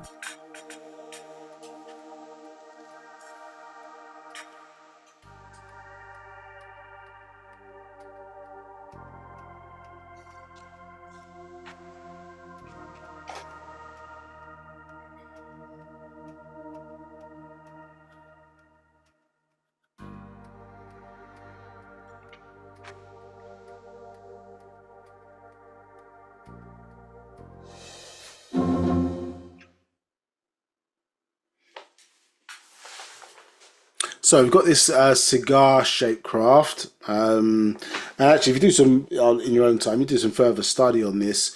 The way it came into the I suppose proximity of our or within our solar system, and then the way it exited, overstood, its orbit was unnatural. Do you understand? In terms of the way it exited, it seemed to when it was exiting, it seemed to speed up. Now they've tried to explain or give some explanation for this now in modern times, but it seemed to accelerate.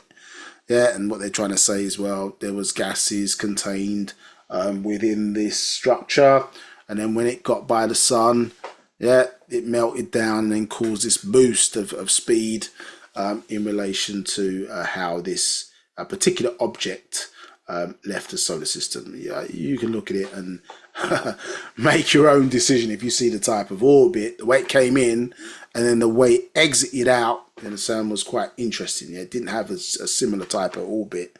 The way in which it exited seemed to just move in a rapid speed out of the solar system, not in the same kind of way in which your orbit came in. Do you understand? So it was quite interesting. But we talk about these pillar crafts, it says even holy tablets, in previous books or whatever, as a means of transporting gold from these planets, obviously, to this craft ship called Nabiru. Now, Nabiru is too large to enter into a solar system like this, so you have smaller crafts within it, obviously, that can like a fleet of crafts or aircrafts that can be released out to do different purposes, but they're all called Nabiru, or could be called Nabiru in that regard. Any questions?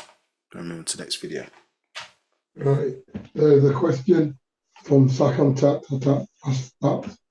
and the question is: in an update, there was a in an update, was the goal not referred to us as people?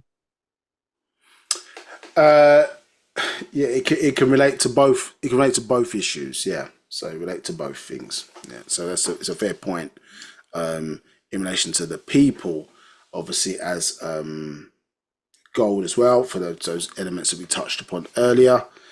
So obviously the fact that we house or used to house monatomic elements, understood. But this particular instance, they're speaking about the actual. They're speaking about the actual what's the word? The actual resource in and of itself. Yeah, so it can relate to both. It can relate to both issues. You understand? It can relate to both. Yeah, any other questions? No, that's it for now. Okay. Hold on, don't go, sorry. The same person has put another question in, saying they say that the craft is on the way back. Excuse me. Yeah. Remember. So when they say on its way back, yeah, that's it is correct. But remember, in its orbit or the new orbit after the crash, there's one of the crafts. You understand? There are many. Which they call the 12th planet or Planet X, interesting enough, which is 10, not 12, but they call it 12th planet. I think Zachariah's teaching refers to that, and Planet X. So it became part of the solar system. Do you understand? So it obviously 3,600 years to the Orion star constellation, and then 3,000 years back to here. So it's considered part of the solar system now in that new orbit. So it passes through. Understand, obviously through this orbit every 3,600 years or so. Do you understand? So that's what that's relating to. Yes. So this craft ship, or that they're relating it to, I think Rhino 7 is another one of its names, etc. Yeah, is making reference to that. But it's one of many craft ships. Remember, called Nabiru. Nabiru is a fleet. It's not just one craft ship. In that regard. Okay, somebody's asked, is it the one with the Hawaiian name? You just said that there's many, so. Sorry, I can't. You right, okay. Sounds not great, but this. Right, sorry, it's my voice as well. Somebody's asked, is this the one with the Hawaiian name? And Sakamta has asked, the craft you just showed, what's the name of that craft on the video you've just shown? Say it again. You sound a bit muffly. I sound muffly. Yeah. Give me a second. Right. Well, I'll deal with Sakamta. I'll start first. She's asking the video what you've just shown with that craft. Does it have a name? Is that the name? Does it have a name? So yeah, we just showed it. So these are. Let's just go back. Oops. Let's just click that there. Yeah. So Amadat. Yeah. So flying pillars and Maggalat. Yeah, flying rolls. So two different kind of purposes. So it's explaining there. Some can carry weapons and some can carry passengers. And so I'm not saying that. So what some were expressing in relation to that particular example was that the rock configuration around it could have been over time that basically whatever particles or whatever have covered over what the thing is.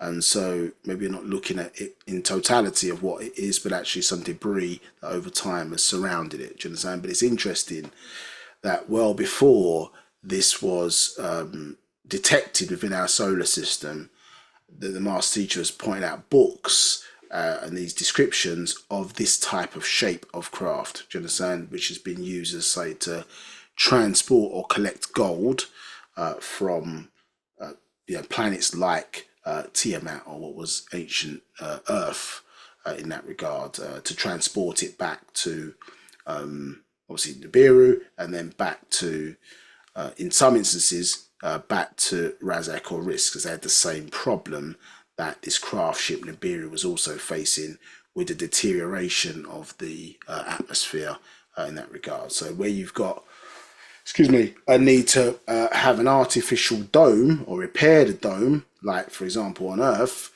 we have got a similar situation, haven't we? Our ozone layer has got a large hole in it, so therefore it's causing the planet to heat up maybe faster than it would occur naturally. Do you understand? So if we had the technology or wherewithal to fix it, then that might be an option. Do you understand? To create a protective dome, to protect or to cover the hole, for example, that's now within the ozone layer, and then that's causing the planet to heat up more than it should. Right. And before you go, somebody's asking, is it the one with the Hawaiian name? But I would say that different languages would have different names for the same thing. So what was the question? Is this the one with the Hawaiian name? Orion name. I'm No, not sure. no, Hawaiian, like Hawaii. Hawaiian name. Yeah, Hawaii. Yeah. So this is just showing you an example of that type of craft. Do you understand? The Hawaiian name is just an observation that they're saying, okay, is a messenger sent from above. That's effectively what it means, or in that regard. So it's showing you an example of what that is. I can't say exactly that is that craft. That's what landed in the sky. What we're just showing you is that this is an example of what was previously spoken about. This an object's come into our solar system. I think it was in 2015, and it's an example of what you're looking at there. Do you understand? So what was being expressed to you, is it crazy? And then now you're seeing it in our solar system, or seeing a craft type that they can't explain what it is. They think it's an asteroid. They're giving you all kind of explanations, but let's say sitting in a book, what's that thing? So if you look it up, cylinder-shaped craft, etc. That's what it's not difficult to find. Do you understand? If that makes sense, yeah. So I'm not sure if that answers the question that's being asked. Right, there's no more questions now. Yeah, but if it's not clear, then You can come back.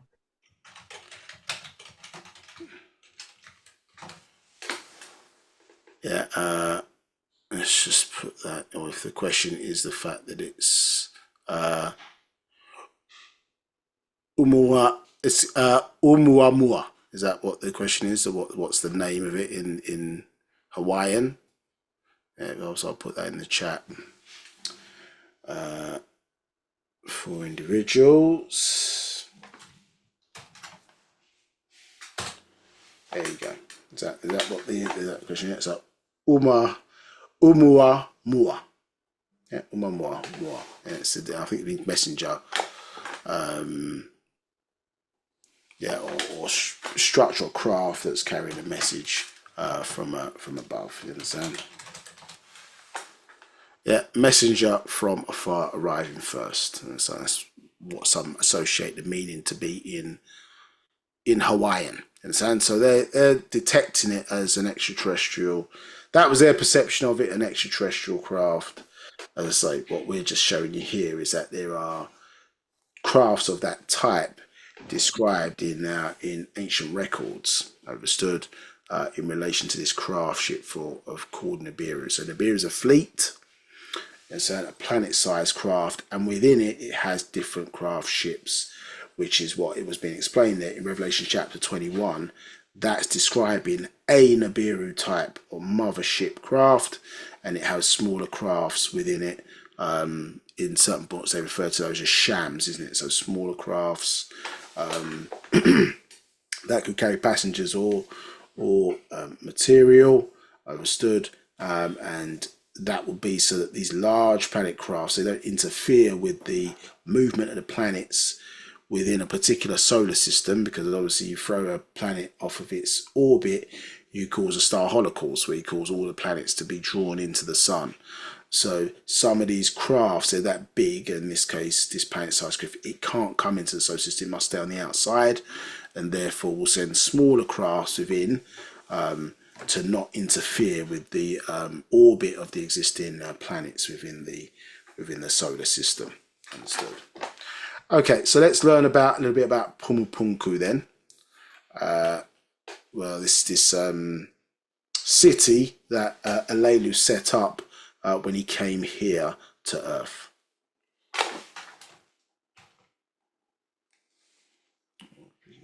Working.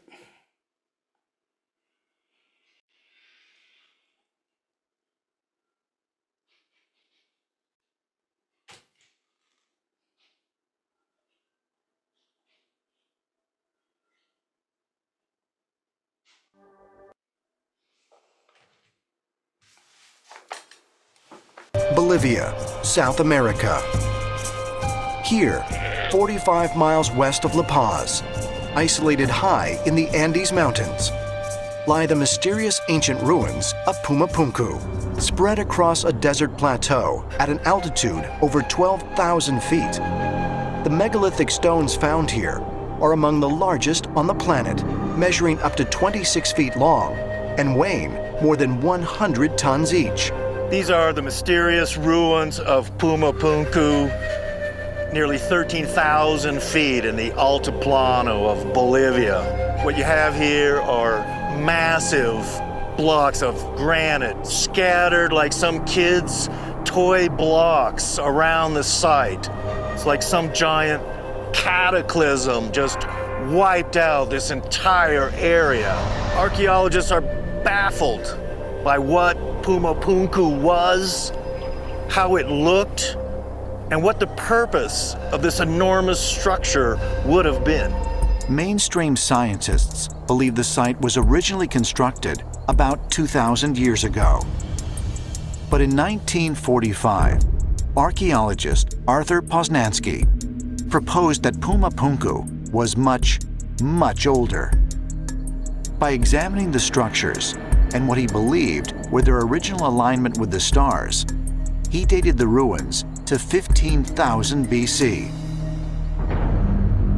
Arthur Poznansky was a researcher, part Bolivian. He had worked at the site for many decades, and he concluded that the site must have been built about 17,000 years ago by studying the archaeoastronomy of that particular site.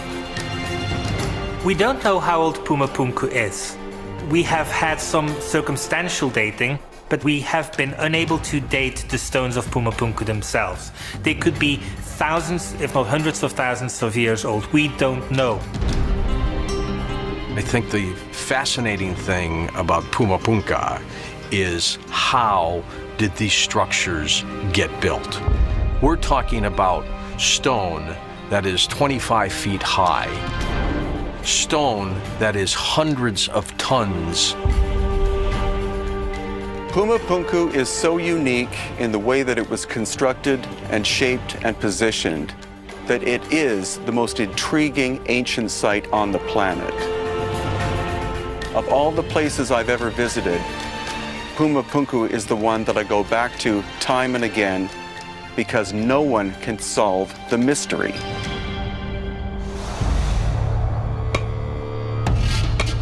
Mainstream scholars believe the andesite blocks found at Pumapunku were formed by hand with primitive stone tools. But some researchers point to the intricate stonework as evidence of the use of advanced precision technology. One of the amazing things here at Pumapunku is the precision of the blocks. You can see with this block of granite that it's really been cut at very accurate right angles. Not only do these granite blocks have precision corners, but they also have these difficult drill holes that are going right through the rock. But how could such primitive people, living perhaps tens of thousands of years ago, have produced such flawless stonework? Might the ancient builders of Pumapunku have fabricated the megalithic stones with advanced technology? Technology of an otherworldly origin, as ancient astronaut theorists believe. If you look at the stones carefully and you get a magnifying glass on some of them, you can see some intricate stonework, as though they're using machine tools or even lasers. It's absolutely incredible. I've seen nothing like it anywhere on the planet. When an architect or an engineer looks at Pumapunku, one thing jumps out immediately: that whoever built this place had knowledge of planning, of logistics, and had access to advanced technology.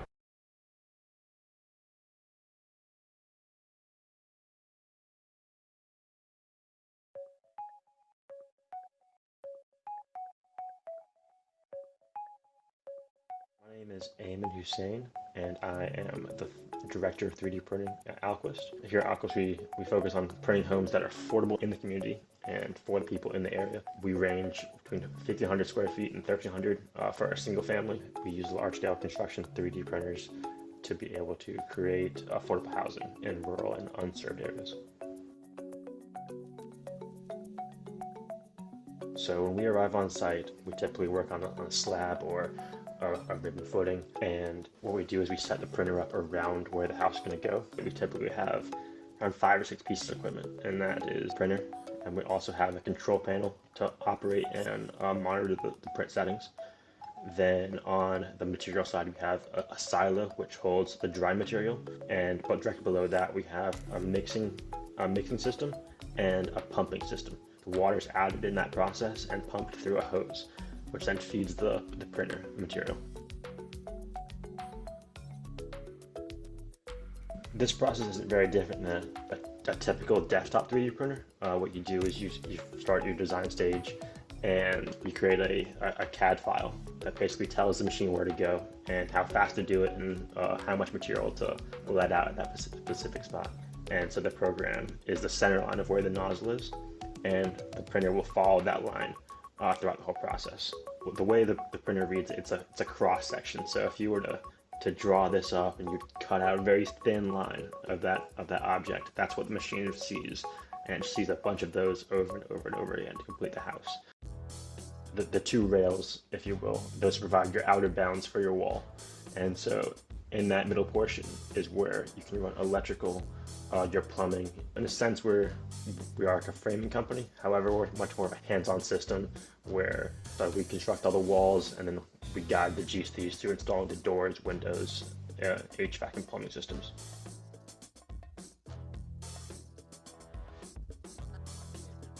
You're doing the house and you have to leave cavities for your 2 doors.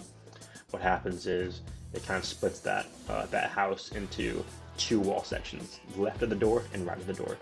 And what it'll do is it'll do that wall section, it'll lift up, go to the other side of the door, and complete that other wall section.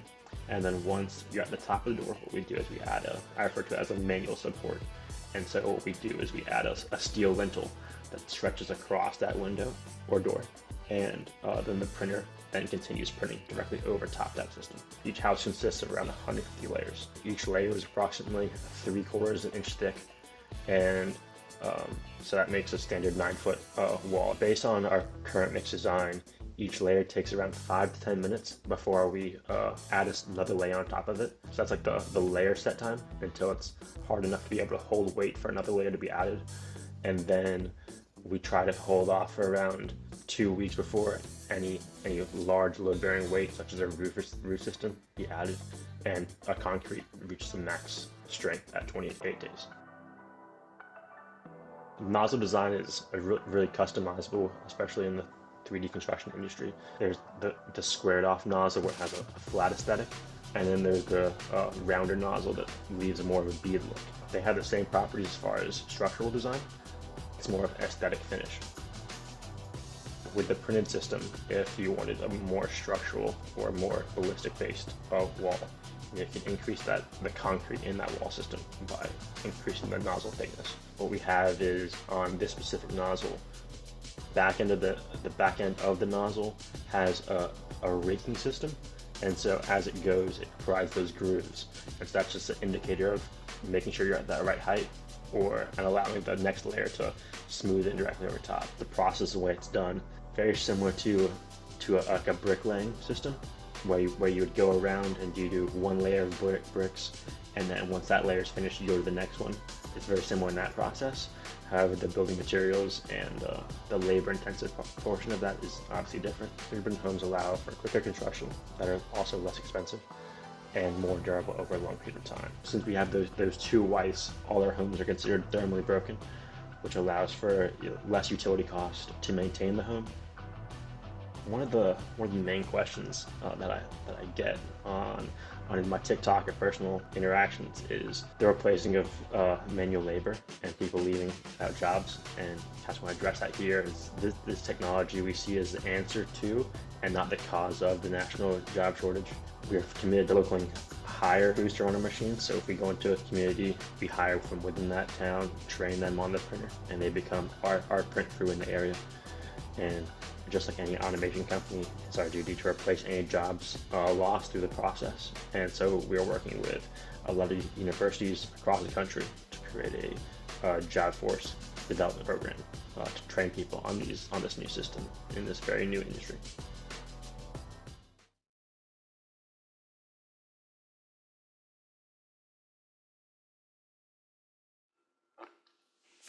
Okay, so we can see some examples there of what was being expressed in terms of the type of technology there. Let's get this back up. There. The type of top technology in place that Alelu was using on how he constructed this city in quite a short space of time. Let's just click that. And give some idea as well into some of these ancient structures, how they were constructed in to the level of precision, obviously, that was used, and the type of technology that was in place. So here they talk about an anti-gravitation levitation device, for example, as long as with this 3D printing of the structure being built from the top downwards.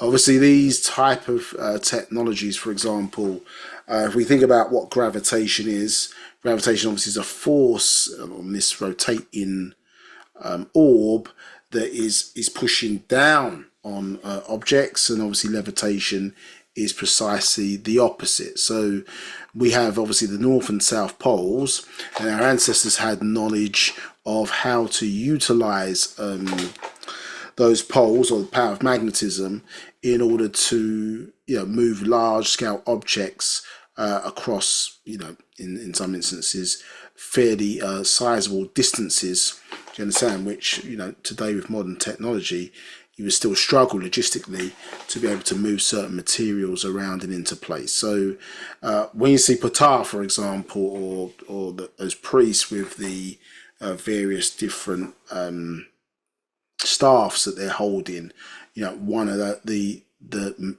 purposes of that is they're able to control the polarity of certain objects to utilize the Earth's natural magnetic poles in order to use simple stuff like the power of attraction versus the power of repelling. So in a certain instances like this, where you're building something from considered to be from the top down, so these can be certain times it was used symbolically to say that, okay, well, the construction starts off in a person's mind first, so therefore, you understand, you're building from the top down because you've constructed it in your mind first, and then through the various different stages, mentals at 4, through the plane of spiritual plane, then plane of force, then into the physical plane. As the idea obviously evolves, then clearly you're building from the top down, because it started in the mind, but then literally from the top down.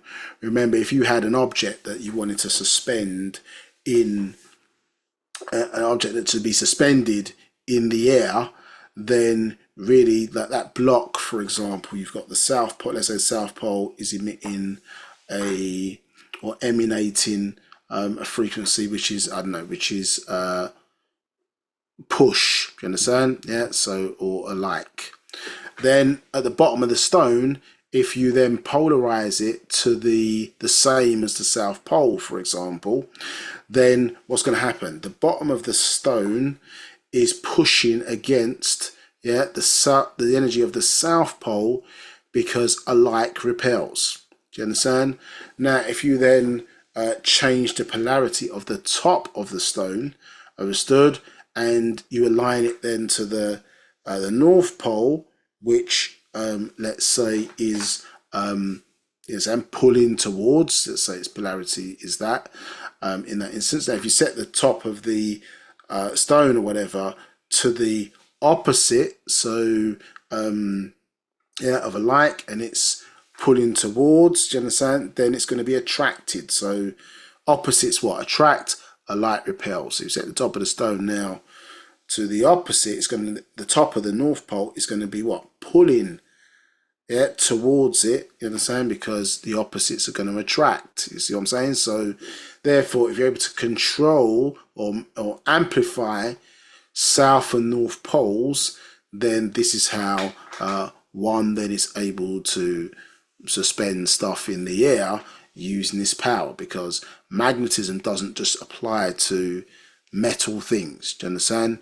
So and us as the ancient Egyptians knew how to change the polarity of objects, including stuff like stone and things of that nature. So clearly what's being described here in terms of this anti-gravity, anti-levitation technology that is being used, particularly on Earth, and it doesn't mean it doesn't work independently of that, but you can use the poles in that way. This is how I was able to move large stone blocks and things of that nature in throughout, in a construction project. Now the bee uses a similar type of technology. It's called tetrahedron science, because its wings are not necessarily strong enough, from how it appears, to move its large body mass around. So the bee uses this same technology in order to achieve flight. You understand? So it's not unusual. It's a natural phenomena. Why the bee obviously features quite a bit in not only ours, but certainly ancient cultures. But this is what's being spoken about here. So we're now exhibiting on the planet the type of technology that was being used here, thousands of years ago, in terms of now large-scale 3D printing, composite, parts almost being put together a bit like a jigsaw puzzle. But Alelu obviously wasn't like he was holding a large particular crew when he came to this planet. He obviously is responsible not only for building these structures, but then for utilizing his own genes, manipulating certain life forms here on the planet to provide obviously certain species that could aid him doing the work. You understand? But he was smart enough, having knowledge of the ancient records, to stay out of on the Nupu zone. He stayed in where he was in the Zupu zone, so he was in South America. He wasn't in Africa, so he wasn't trying to mess about with the projects, you understand, started in Africa by the Natharu, you understand. So he stayed in the red zone, which we'll read more about. Yeah. Any other questions? Yes, we do have a question from Sakantat Ashtat. She's asking, it was mentioned about it was aligned with stars. She's asking what stars or which stars were them Pumapunku aligned with. That's something you have to look up. I don't know off the top of my head. Yeah. Okay. Any other questions? No, that's it. Okay. All right. So here we see, as I say, interesting fact now. So as he's then trying to, as he's leaving, do you understand? Yeah, he sought assistance now from the Pleiadians. So remember, we were talking about introducing you to these Anunaki. Yeah, so we introduced you to the Riskians in the first instance. Who are they? And the Natharu, who are they?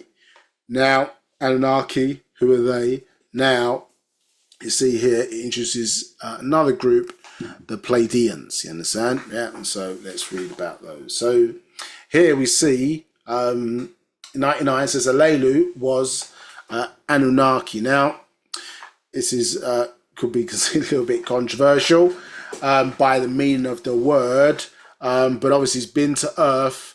So in so far as that relationship, that's obviously where they're linking him by calling him that. Do you understand? In fact, he wasn't sent by Anu. He was more fleeing Anu. Let's be honest. But yeah, obviously his relationship as an Anuna to Earth. As a Mugdanu. You understand? Who's on Nabiru in relation to now this place that's ruled by Anu, and then he's coming to Earth in terms of that event. Then this may be where that classification is coming from. So here it says he worked with those of Kama, Pleiades, Pa Mukhma'u, later called Kim, for its set cluster of seven suns, or stars and symbol. Yeah, so note the symbol here, which we've seen a few times in different ways, also known as seven sisters. Yeah, not the station in London, but the seven sisters of this relating to these star constellations in a whole mythology. You can look up in and around those seven sisters. Yeah, but it's speaking about this particular star constellation. It says they were the original Nordic race on Earth with Rh negative blood type, and they worked with Alelu in South Africa. Yeah, so Rh negative blood type introduced into the planet is arising from these Pleiadians building a being in their image and after their likeness. So that's how their bloodline is introduced into the human genome. 100. So his plan was unknown to others, only to the Kama'u, who let him use their crafts, chariots. So he and his hurried, what that says, that's an error there, I'm not sure what that means, but hurried and entered into a sham rocket missile, casting forth chariot, and was blasted away for Tiamat. So this is talking about him leaving, as we saw there, Psalms 68, in craft ships heading for, or another set of fleet ships heading for Tiamat, for him to establish a base here. This was his chosen destination from the very beginning. The planet Earth, Alelu set his course. 101. Alelu knew that at least he'd be exiled from Nabiru, and at worst he'd be killed, as he killed Lahma to usurp that Ashash throne. You understand? So interesting enough, you see that's the same word for Aset or Isis. You understand? Ashash, that's what it means. Her name means throne. Yeah, where a woman would sit to breastfeed her child. Yes, this is the proper way to say Aset. You understand? Not Isis, Ashash. Yeah. 102. So he fled with his family and some devotees in their crafts with one course in mind: Tiamat, Temtu, Earth. 103. During his time as a ruler, he had studied many old records, star maps, and visited Planet Key, Earth, a few times to set up a safe place and vacation resort, as did many other aliens, this and other planets. 104. So he knew that there was much good gold to be found there. According to ancient reports, vast stores of good gold sent there by asteroids. 105. Knowing it was only in time that he would be removed from the throne, he prepared. 106. So it was time with little choice for him and his family fears. So he set his course for Ki, Taraq, Tiamat, Temtu, some of many names used for it by many aliens. 107. Know that by this trip he would have to overcome many perils along the way. 108. Encountering the fearsome asteroid belt, he ordered his pilots to blast a safe path through it using the craft's nuclear missiles and lasers. So remember, in the previous crash of a craft ship named Nabiru, it's like 24 billion years ago, described in the Holy Tablets, where it hit into this planet Meldek, you understand? And part of the compensation for that was some of the Meldekians were able to relocate to Rizq, is the reason why we have an asteroid belt running through the center of our solar system. Do you understand? Now, at that point when they were traveling here, that solar system, the materials that made it up were really close together, probably much larger in size, and there wasn't a proper way through. Do you understand? So they used these weapons to blast a way through this asteroid belt, which is arisen obviously from the destruction of Meldek, you understand, which was a planet originally in this solar system. However, you understand, this would be frowned upon using the weapons in that way, do you understand, because of the danger of how they had fixed the solar system, reset the moon, for example, or our moon, related to Earth, in a new position. Everything was sort of delicately balanced, understood? So using this highly destructive weapon just to fire a way through, again, you could have caused a star holocaust, a situation where you move planets or objects out of their orbit and force everything back into the sun. Do you understand? So as you'll see about later, this was highly frowned upon. High risk strategy for Alelu. Obviously, he's under pressure. yeah, escaping, and he's got his plan to get to Earth. But this in 108 was really frowned upon by some of his other, planetary species. You understand that obviously he was a part of. 109. Once a clear path was cut, the fleets of craft set out for Earth, falling towards the planet, finding it in the throes of the last ice age. He had to decide between attempting a splashdown in the waters or land in the temperate zone. 110. He decided to land in the red zone, or Zupu. 111, being a reptilian offspring, a Homosaurus. Yeah, so remember, they were Tanan or Tananu, understood, and offshoot, isn't it, from the Tananu? One of the offshoots of that was the Mugdanu, and the same fish, men or women. And here, obviously, now being referred to as Homosaurus, which we explore further. Steniococciosaurus is one dinosaur, for example, upright dinosaur, which part of our lineage on this planet obviously comes from. Do you understand? So he landed in the red zone, and if we look, I think we've shown this before, which is, I think it's from A Nation of Our Own. I don't know why this is playing up today. But Nation of Our Own, this is where this description is shown here, and we can see the planet is split into two parts, and there was a force field that separated carnivores from herbivores, yeah, to allow the progression of both species, both animal and humanoid. You understand? So we lived, or originally were, herbivores. The Dravidians were also in the green zone, and the shield established by Natharu to keep the to allow both sides, or allow us or the herbivores not to become a predatory species, obviously, of these carnivores. So we see a separation here between the life forms here. And listen, we see that, isn't it? In most species, you've got you can have a series of species, for example, and within that you've got herbivorous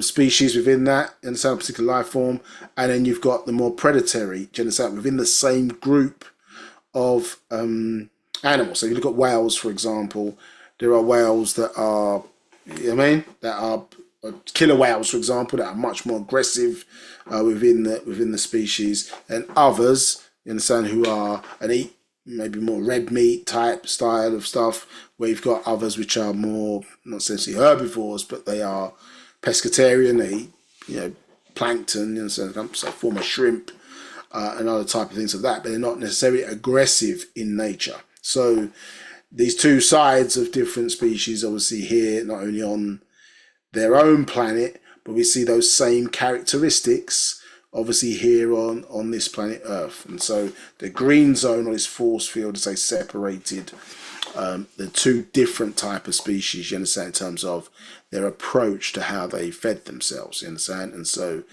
quite nicely, I think here we see how the two positions there can be probably interchangeable with each other, but they're not the same, you understand. So here, obviously the red zone is in part, as I say, where he landed, so incorporating, I suppose, part of the Americas, and it's the reason why, it's the reason why you have the term Middle East, understood? So, because the question is, without the context, which they don't inform anybody, how can you have Middle of East? Yeah, how can you have Middle of East? Where is Middle East? East doesn't have a middle. We're on an orb. So at what point is East, and then what point becomes West? When you're on a, you understand, you're on a floating orb. They don't explain anything, and not only do they don't explain anything, nobody questioned. You understand? Well, where's this? What point is Middle of East? Yeah. So what you understand now is at least that there was a middle of the planet, you understand, where at one point where Becca is today, or where that structure, the Kaaba, this was the navel, or the absolute center of the planet. So to the west of the center of the planet will be you understand, is the east of middle, and then to the west is, you understand, west of the middle. You understand? So in relation to that, which Africa is broadly in the center, isn't it? If you look at a sort of a map. Now this here, which is shout out to Neil RK, who showed this, these outer areas here in the sort of light, this is like a greyish color, bluish grey color, you understand, is how these land masses are shown on a political map. Yeah, so being shown by their political might, let's say, much larger than what they are. And then what this kind of dark greyish areas are showing is this is what their real size is. Yeah, if you were to do them in proximity, proper proximity into the land masses which are on the planet. So one is more real than the other. So you can see here all these, sort of Caucasian areas, a lot of them, you understand, or now perceived to be more Caucasian areas, are boosting up themselves, do you understand, more on the map than their size denotes. Yeah, so here is showing actually they're much smaller in size, because the reality is that it's, for example, the UK, which is here, you understand, fits into France almost 3 times. You understand? But if you looked at it on a map, its visual size, you wouldn't see that. You understand? It's so like Russia. Russia fits into Africa like two times, something like that. I mean, its size. But if you looked at it on a map, you'd think, well, hold on a minute. Russia is huge in comparison to Africa. But Africa is tremendous in size as a continent. Do you understand? So this was designed to give a more realistic, outlook to what that looks like. Do you understand? Yeah. So I suppose demystifying. I might have even a better look here. One moment. Let's see if we can do that and share the screen. 1 second.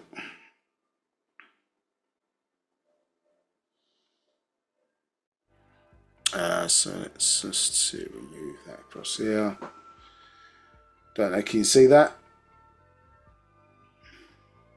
Yes. Yeah, you can see the map, yeah? So... Oh, no, there's no map, there's no map. There's no map showing? No.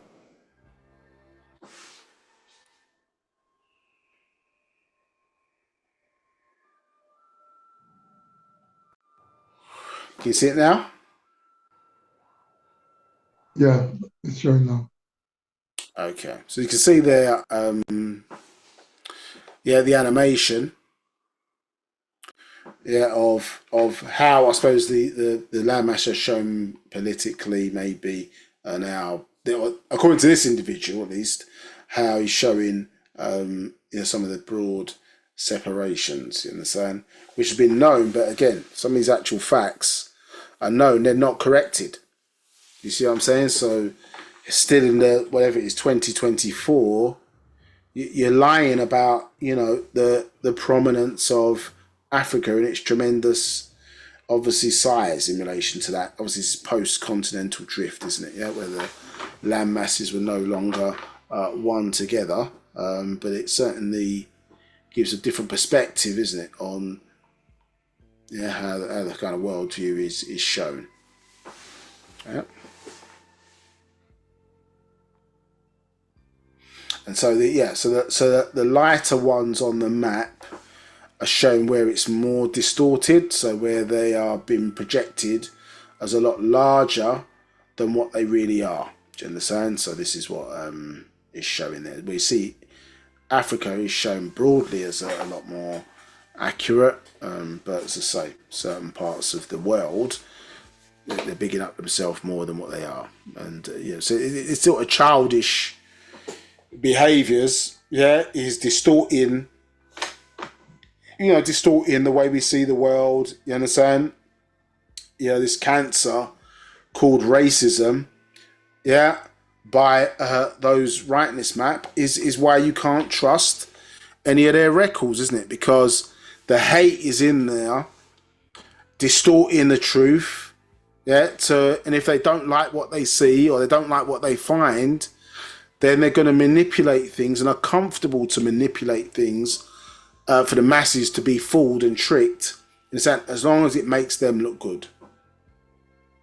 You understand? And so trying to get parties around the world to agree to what should be recorded, I think shows as much about their nature overstood than are they willing to have things that are absolutely accurate. Yeah. Okay. Any other questions? Yeah. A couple of things. You've got two spaces on the screen. One's off the screen and one's actually on the screen, main screen. Don't know if this one you have to click to take them off. Maybe you can't do anything about it at the moment, so kind of. It's not really interfering, but it's just there.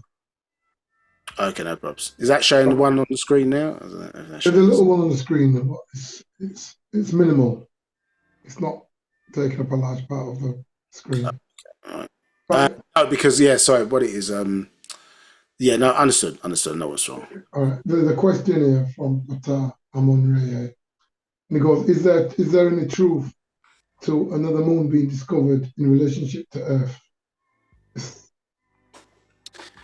So, Matthew, you have to repeat that because you're. Oh, sorry. Let me try again. The screen's gone. What have you touched? Right. We're good now. We're good. There's no marks. Yeah, sorry, what was the question again, Matthew? Right. Go ahead. Is there any truth to another moon being discovered in relationship to Earth? Oh, another moon. Sorry, if there is, I haven't heard that. I haven't heard it. I'm not saying to say it is or isn't. I just haven't heard it. Okay. That's the case. And so I know they've sent. I think China sent a craft, didn't they, to land on the dark side of the moon because the moon's not rotating at the moment, so we only see one side of it from Earth. So they've landed a craft on the dark side of the moon, as they refer to it as, but I don't know of a second moon, but I've not heard of that. So maybe if we can post a reference, then we can check it out. Okay, no further questions. Okay, cool. All right, so just so you get some idea about the zones. Yes, Master Secret Nation Own Part 2 touches into that. Yep. So Alelu, landed in the red zone in the sand. I suppose as a Homosaurus, as it's described there, this location was not unfamiliar to him in that regard. So 112. So he ordered his pilot, who piloted the craft as best as he could, to a rough crash landing in the red zone, Mesopotamia Valley. All was safe with little damage to the crafts. 113. Alelu was the first to exit his damaged craft. 114. Test the air for all others in this red zone, for his cities were originally in Nupu, the green zone, far to the west of this place. 115. So testing the air and the water, he ordered all to exist that it was safe. 116. They set up camp after 1 year, he decided it was time now to venture westward along the way to explore the planet. 117. Once they reached Ganawa, Africa, he noticed that it was the most beautiful place he'd ever seen. 118. Finding their lush world of sweet fruits and plentiful life. 119. He found that on that part of the planet, the sun was very hot and bright. He had to cover his large eyes, and the Kamau who accompanied him with their pale transparent skin, thin transparent fur and colourless eyes could not continue with him. They returned eastward, then north to what is now known as Scandinavia, as the Norse to birth the Nordics. 120. He thanked them and they departed for the northeast, safe for their physical. 121. Alelu and his family covered their eyes and kept travelling westward. 112. Once in south of Africa, he found what he'd originally came to this planet for, good gold. From North Africa to South Africa, gold and more gold, and gold was good gold. 123. He was ecstatic at his find. 124. Alelu set up an altar, a mazbak, with a tall tower, magdal, antenna, in order to dabur, commune with Nabiru. 125. He wanted to send a signal upward to Nabiru, all the way to another world, to inform all that indeed he found the pure rich gold needed to save Nabiru. 126. The gold, salvation, it is I, Alelu, who have found it. I can change the fate of Nabiru. It is in my hands. To me, you all must give heed. 127. Upon hearing the news on Nabiru, it was given to Anu, and he was astounded. He was shocked to know Alelu was still alive, let alone on another planet. 128. And that he had found the needed gold. Not so happy was Anu. 129. At this message of the needed gold being found by Alelu, and that he was alive on another planet inside the Milky Way. 130. How did he survive the arduous journey? Anu and his sons Inki, who is Nudimud, and Inlil, who is Nunimir, and his daughter Nihma, who is Ninhursag, and the many onlookers, other children, and his counselors are all stunned to that they actually must believe that Alelu must be lying and faking his transmission from somewhere on Nibiru's lower realm. 131. Yet Nudimud and his Dingir confirmed the signal had come from beyond Nibiru, which itself is much too large for a planet craft itself to enter into this solar system. It used smaller Nibiru crafts or Shamat, and from them Magalat, Kabadat, Rakabat. How did he make such a journey, family, devotees and all? 132. Anu, Nudimud, Nihma, and Nunimir rushed to the celestial room of star maps and transmission, and receiving signals of electromagnetic waves, sending sounds directly through space to a Mazbah, altar, and Magdal, antenna. And he sends a signal back to Alelu. 133. Expressing his gratitude that he and his family lives, and reassuring him of his respected place as one of them. And this is where Alelu's nature comes in. 134. Alelu is determined to press his advantage into another power grab, and he quickly answered Anu with his own demands. 135. He says, if in fact I am to be Nabiru's savior all of your lives, only I save, call all the assembly and convene to declare my divine ancestry and declare me supreme. 136. Let all the commanders accept me as their leader and bow to my command. Inform the council to pronounce me sovereign ruler once again, and replace yourself, Anu, by myself on the throne. So again, you can see this position of the Most High is something that's up for grabs in this context, understood? And does away with the kind of airy-fairy type of spookism, understand that obviously has been associated or taught to us, maybe where we've been wrongly informed, about this kind of airy-fairy, all good, whatever. You can see agendas, politics as it would be called, and different approaches in the way in which this position is, occupied and handled. You understand? And the fact that the Most High can be defeated, and replaced on the throne. You understand? It's all the things bringing us into the reality of what's going on, understood, and not having this kind of spookism, or there's some being sitting there, in some place or whatever, that's always sat in the seat. Obviously the Most High dies. Is succeeded, can be replaced, so on and so forth. According to this, according to these records, which informed those monotheistic or biblical Torah and biblical or into Quranic records. Now, 136. So he's trying to take the throne again. So 137. The son Nunimir or Enlil, who is Anu's heir, even though he is a second-born son by his lawful spouse Antu. 138. Steps forward and reminds all of the great battle that took place on the planet and recited before them all.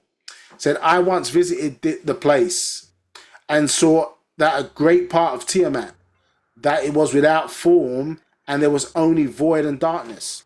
I also saw that the structures once built were trembling and all the buildings moved from their standings.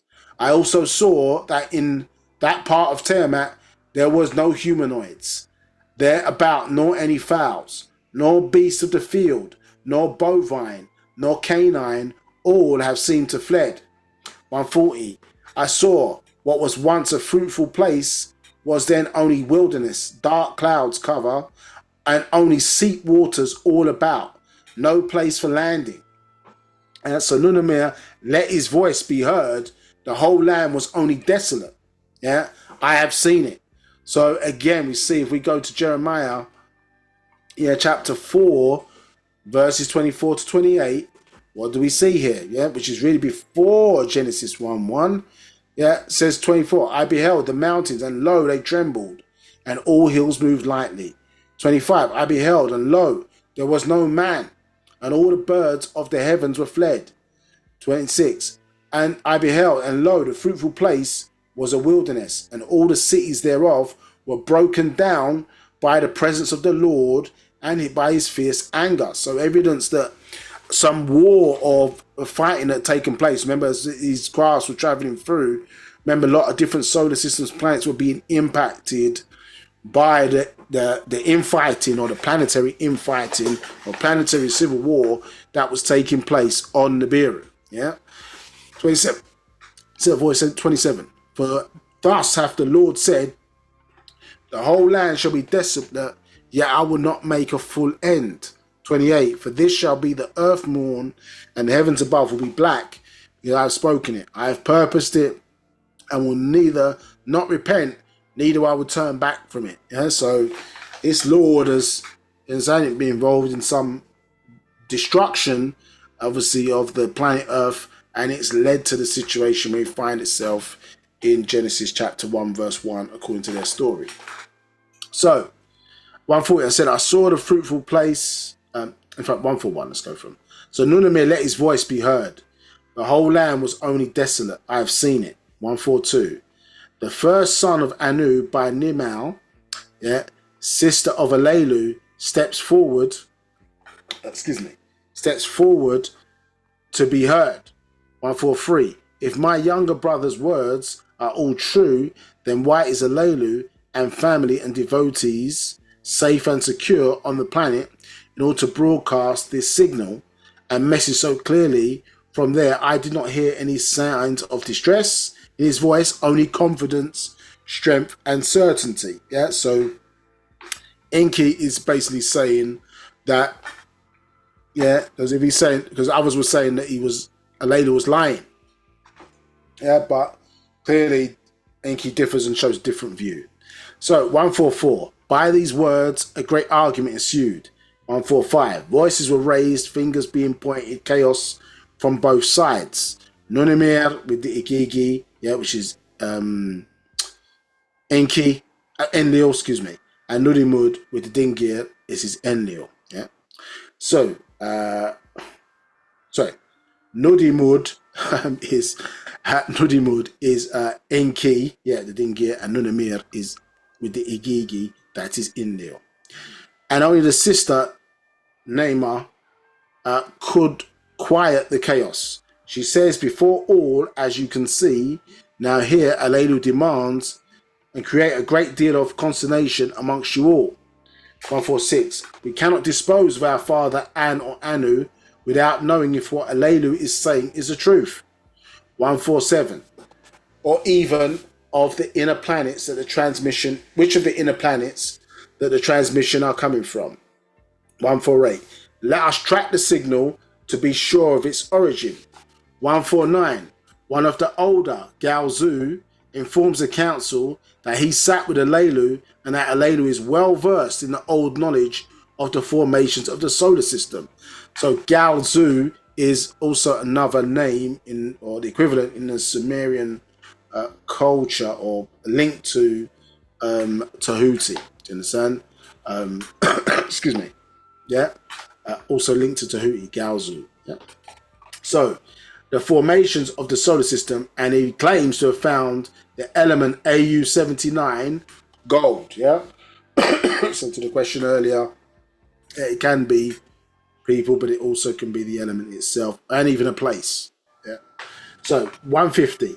You can accept that Alelu surely did find it, and where he claims to be in somewhere on Tiamat, Temtu. 151.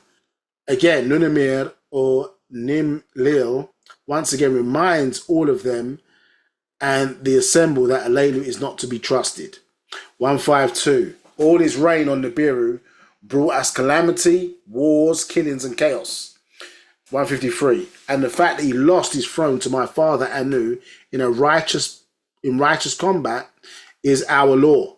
And I am to be the next ruler of all Nabiru and his rightful heir, looking straight at Nudimud or Inki, who was not yet known as Inki, only Ea, he whose abode is water, being part Mugdanu on his mother Nimil's or Nu side, being part, yes, Mugdanu on his mother Nimil or Nu side. Yeah, so he was mixed.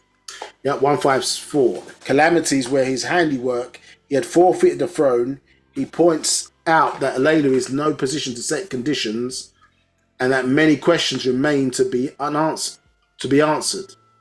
155. Amongst them, he pointed out who are the issues.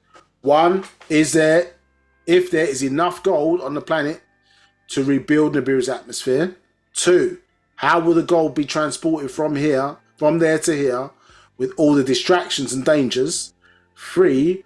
Who will lead this exploration and labours? 156. Meanwhile, Alelu, informed of these deliberations, and agreed to send proof of his claims along with an account of how he made it to the planet. 157. Once this final information is received, Alelu demands to be made sovereign ruler once more. 158. All those on Nunamir's side, the Igigi, are all appalled that Alelu used weapons of terror to blast his way through the asteroid belt. 159. As was the stars map showed, from their sun Shamash Apsu, Mercury Muhmu, Venus Lahamu, Ki Tiamat, Mars Lahmu, there is asteroids belt, and beyond it to be found Jupiter, Ki Shah, Saturn Anshar, Uranus Anu, and Neptune Ea, and the wild one Pluto, Gaga, for the destruction that could have been caused. So again, you see in 159, what we explained earlier, but in 159, note that the planets have also the same names as certain people. Understood? So this is where the confusion got grafted into the Torah, because again, places are named after famous or prominent people. The Sumerians named, obviously, planets after prominent rulers, obviously within their culture or part of the royal family, and maybe adds to the planet's nature or something about it, obviously being described in the story. So they're not recognizing that they're talking about planets, not people. You understand? And so certain things, 12 tribes of Israel, 12 tribes of Ishmael, Jesus had 12 disciples, all this, it's all cosmology, because that knowledge, the lost records of time, as is described in actual fact, that which was lost was the knowledge that, you understand, in certain instances, planets were named after people, you understand? So sometimes you're talking about the actual planets, sometimes you could be talking about the people, so on and so forth. 160. And Nudimud yelled out, yet it did not, that it is yelled out, yet it did not, that it is the fact of this matter. It did not. They only speculate that this could gave ramifications for that solar system, which could have affected us. Yet the fact remains that it did not. Truth is truth. Yeah. So the planetary, or the star holocaust risk, we're saying yes, it was there, but obviously it didn't manifest itself. So that was the end of that. 161. Again, Nudimir, given that Anu had been made sovereign ruler by both Bloodline and his victory in single combat over Alelu, they cannot countenance removing him from the throne. 162. Once again, Nudimud, who was well known, impressive for his right knowledge, right wisdom, and right understanding, who is well respected by the elders and the advisors, then makes a proposal to the council. 163. As Anu's firstborn son, Nimau, the very sister of Alelu, this makes me uniquely qualified to mediate this issue. In a sense, I think one place showing Alelu's a sister, Nimau, excuse me, sister. Another place, as we see it there, saying his daughter. So now, my beloved father by birth and seed as ruler, Alelu by marriage, my father also brings the two groups into unison, was my espousal's intention. Yeah, espousal's intention. Let me be the one to, in this conflict, to bring about and resolve. Let me be Anu's emissary to go to Alelu. 164. I will by myself go to Tiamat to investigate all you seek to overstand. 165.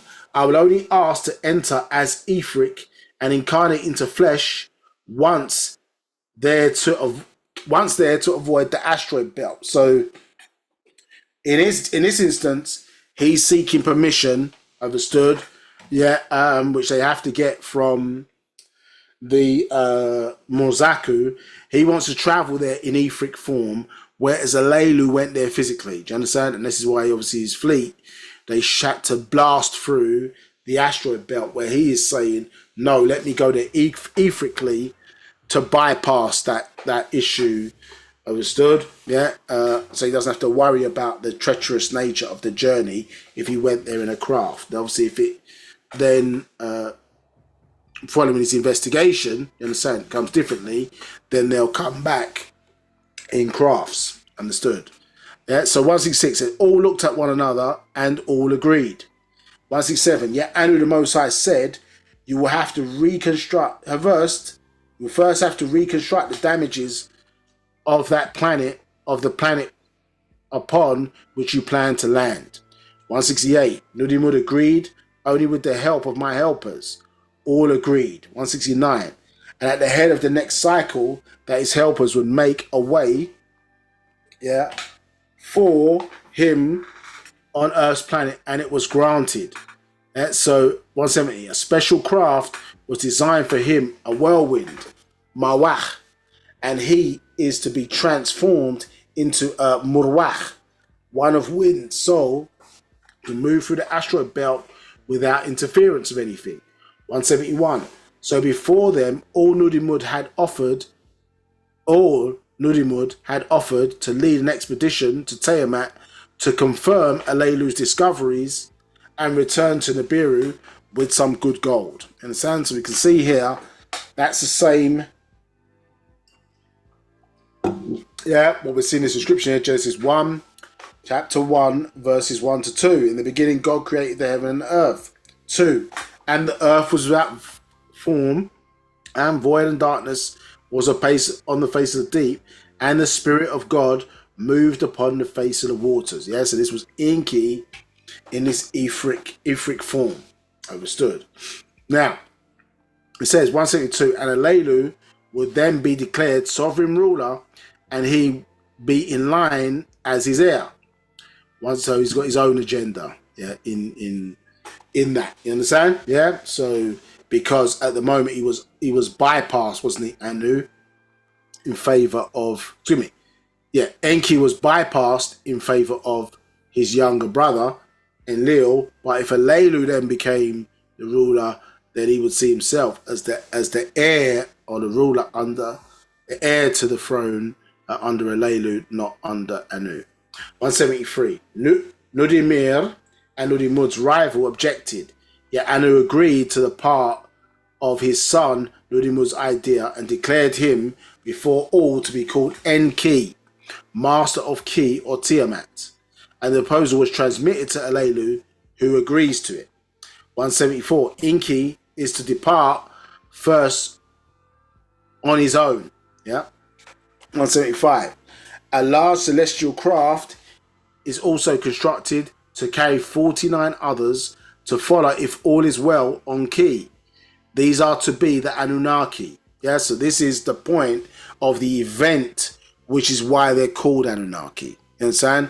Prior to that, as we can see, they're being referred to as Anuna. Yeah, but the event, i.e. Anu sending his son Enki with a fleet of crafts, understood, or a craft to carry 50 of them, understood, yeah, him making the 50th person, then this is why they're called Anunnaki. Understand what the word, those sent to Earth from Anu in 50s. 176. The scan of the planet shows that it was still on that part without form, and it was void and dark, caused by a dust cloud that blocked the sun's rays, and they could only see the deep waters. Yet that was the best. That was best. The best for that is Enki, who was named also Ea, abode of waters. So he could breathe underwater, have gills, as well as on dry land. He was a Homosaurus, a giant of a man in stature. 177. When the time was right, he departed from above, down to hover above the waters. 178. So Anu sent forth the Murwach in Paa Taraq, the soul in a whirlwind craft, which they had created. That he, Enki, Ea, is to renew the surface of this part of the planet. 179. If it's all true, the craft or the glory of En will endure forever. Enki will rejoice in his works. He looked down upon the planet and it trembled. He touched down. 180.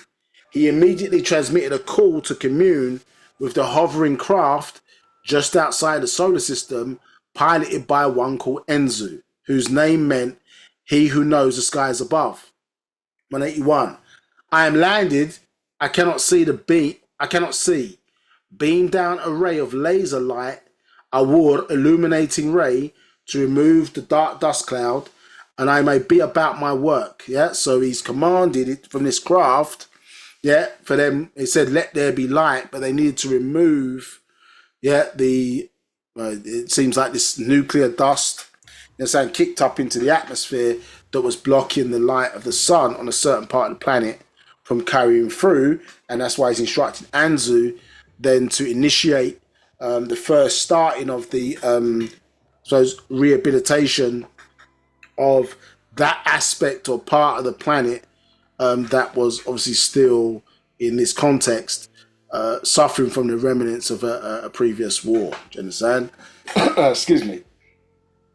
Yeah, so this is part of what he was taking. So this restoration project, not what I'm looking for, I can't think of it at the moment, but a restoration project, yeah, he was saying was going to take, remember, 6 days or 6 periods of these 7,000 years. Understood? Yeah, so this is the 6 days that you're seeing it, because you times 6 by 7, yeah, you get 42. Yeah. So within that period of reconstruction, yeah, almost an epoch, yeah, 50,000 years of time. So this time zone, so it will take me 42,000 years of this time zone to complete preparations. Once settled, he was met by Alelu, who informed him of the lush lands in Nupu, the green zone, for he had also landed in Zupu, the red zone. 182. He was well welcomed and very pleased with all that he had seen. 183. Enki was a ladies' man, and Alelu knew of his reputation and offered him the most beautiful of his many children, the daughter who became Damkina. 184. Alelu explained that he needed Enki to speak on his behalf to his father, Anu, so he could return to Nabiru. 185. Enki agreed to do this, to do his very best, yet made it clear that his half-brother, now called Enlil, who manned the skies above, will not agree. Yet he would do his very best. 186. He saw that Alelu ruled many humanoids that he had crossed, Some for they had come from Zupu, the red zone, only crossing from the far eastward to the middle of the north of this land now called America, and mixed with the original peoples of that part of the land, the Anasazi, who once mixed with his subjects, Toltec, Olmecs, Aztecs, to the ones governed by the Kamau, who were able to live there also crossbreed to be deities of domains. Enki saw that great cities and many subjects who saw Alelu as their deity from the stars. 187. Enki remembered those little persons he had seen when he visited South Africa, the what is called sand people, Bushmen. 188. So in time, Alelu showed him that there was much gold to be found in that very place he called Absu, South Africa. 189.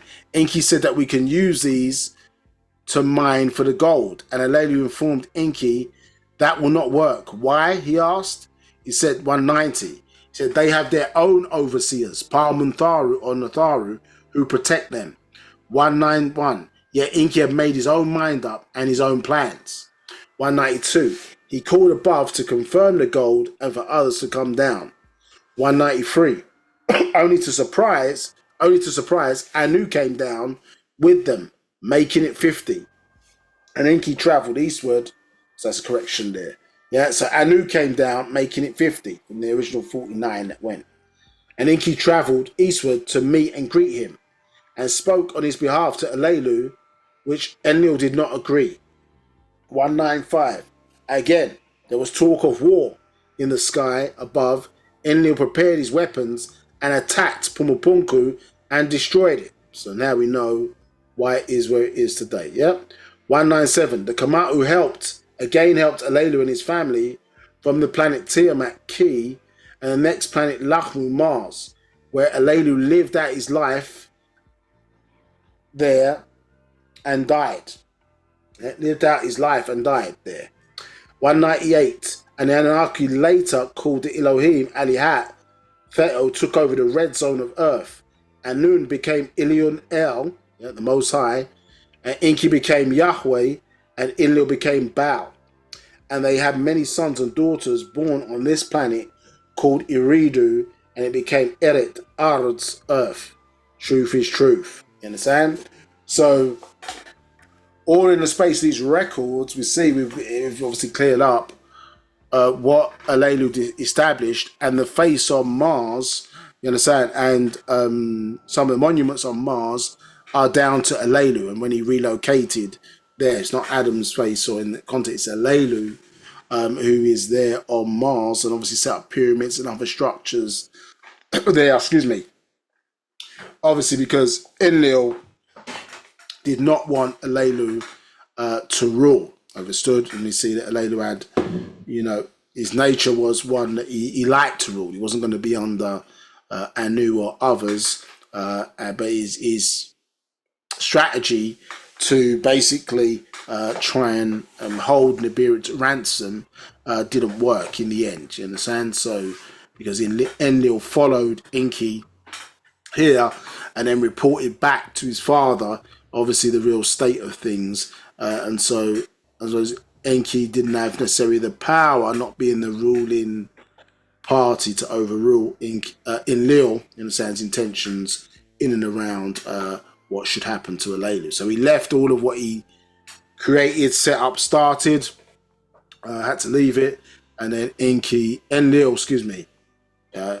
some might call him a hater in that sense, but he destroyed everything that basically Alelu had built up. Yep. So, I suppose quickly enough before we finish for today. Yeah, so these are the deities of the Bible, or the extraterrestrials. You understand that we are the deities of this Bible, and you can see in some depth, or at least an aspect of their story, isn't it? And the sort of primary characters that we see involved, and long-standing, of course, rooted in issues around, as I say, Enki and Enlil. Now, Enki, as we'll teach on later, of course, joined onto the Natharu and converted. And this is why even in their biblical story, you get two different approaches, isn't it? One time God is saying the meat of the earth, you understand, is vegetables, and then another set of beings, same kind of gods or whatever, is comfortable eating meat and flesh. You understand? So you kind of got this dual personality at work, is because, as I say, God is not a singular, it is a plural, you understand, in all its kind of forms, basically. And even when they show God as or what it's saying is God is singular, he's ruling amongst other gods, you understand? So it's still a collective.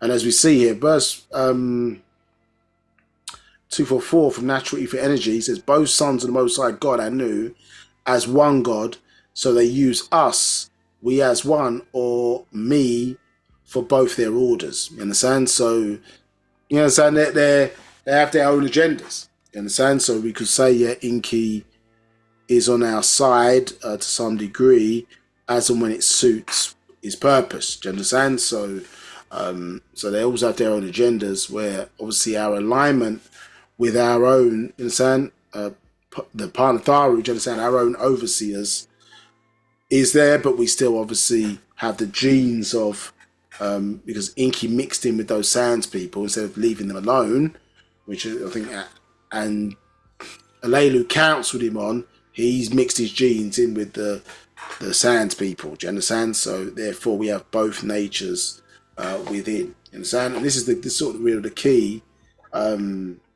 around this, is that the problem is you don't know who's sitting and occupying these titles or seats. It can be many different beings across different time periods, or even at the same time period, speaking on behalf of. So if one is speaking on behalf of, then you understand you are that as well. So and so there's a fleet, there's different officers, different positions, and all can speak from that perspective of the God or the Lord, etc., at certain points in time. You understand? Like in political parties, it's not always the prime minister or the president is always speaking. There's people speak or take the same lectern, that if they're they're giving a message out, there's other people who take that same position and give messages out. You understand? And so they're speaking on behalf of the order, or speaking on behalf of the government or the party, or whatever the case may be.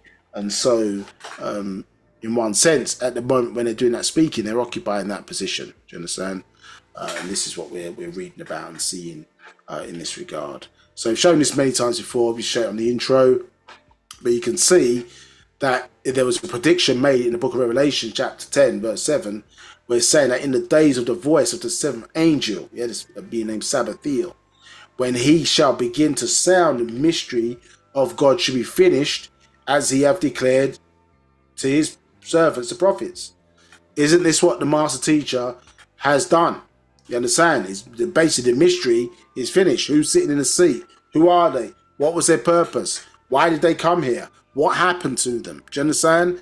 Yeah, all this stuff about these terms, God, Elohim, as a plural, have been uncovered over the time that the incarnated master, Parnababi Anun, the master teacher, has done. The mystery, there's no mystery now, even in this class today. Yeah, from this chapter, an extract from the Sumerian Bible, it's been cleared up over these last two parts. And this is obviously largely because of the work and the research, etc. And that outformation coming through to give proper context, not translation of tablets. You're getting the outformation, you understand, given to us in the form of information, which is setting the record straight. Yeah, because it's not just a case of translating tablets. Understood? Because you have to understand context, you have to understand the culture, you have to have a good understanding of even the technology that was being used in and around that time, the science and certain things that were going on, to see the real issue. So here you're being given an understanding, which they don't have, of this mystery of God being uncovered by different groups of extraterrestrials sitting in the seat or occupying the seat of what was perceived to be God. And so again, this example here is showing like what we were just talking about there. So in natural ether energy, what that was pointed out in Genesis chapter 7 verse 1 was the fact that when the Lord was speaking, you understand? Yes, it says, and the Lord, said unto Noah, come thou all to thy house into the ark, for thee I have seen righteous before in this generation. But what you see here in what they like to do is, you see this word here, have I seen. Well, the only bit that's been translated here is the seen bit as ra'ah, or ra'ah, excuse me. Yeah, it's a seen bit. What about this have and I part? Yeah, not really showing what was in there. Do you understand? Only giving you partial translation. Yeah, so what we see is that when we move along, this is in the same chapter, but verse number 4. Yeah, it says for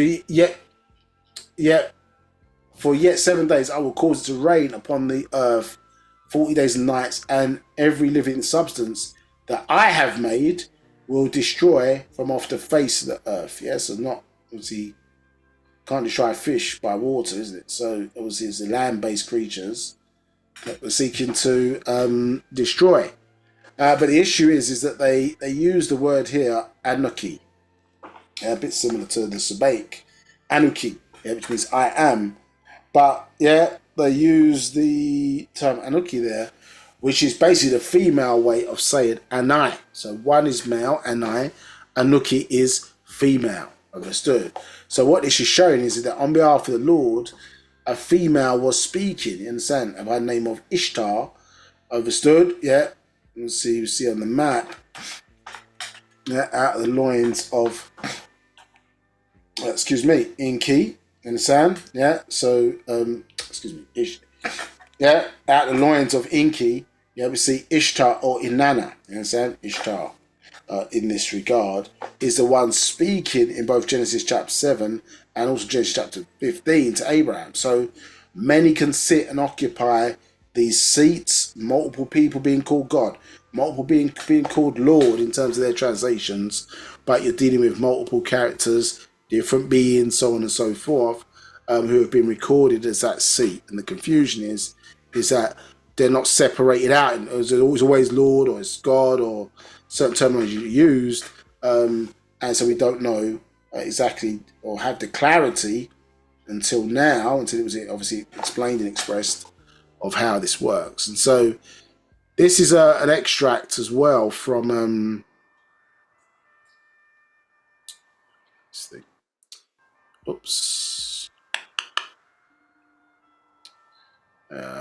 it's not helpful, is it? Let's put that back there. Just one moment. The screen's disappeared for a second. Right, so what we see in there is interesting enough. When you look at some of the sort of pronouns, you see in here that things that they're not from where they've been grafted over, isn't it? From the Sumerian tablets. They don't mean the same thing. So the meaning has been changed. You see Anu here. We just read all about Anu, but now they're using it as a pronoun to mean we. We see this Anarchy again, mean I, but no separation out to say female or male. But we get this idea or concept that they want to introduce in the translation that, there's this poetic, a grandiose way of explaining certain words. So they say, well, no, it's not really God. The reason why it's plural is because it's a grandiose, it's a poetic way of saying God. When in actuality, the rules of language is an S. Yod and the Mim is an S. No, it's the grand we, or like when you explain somebody with gravitas or reality, that's what it means.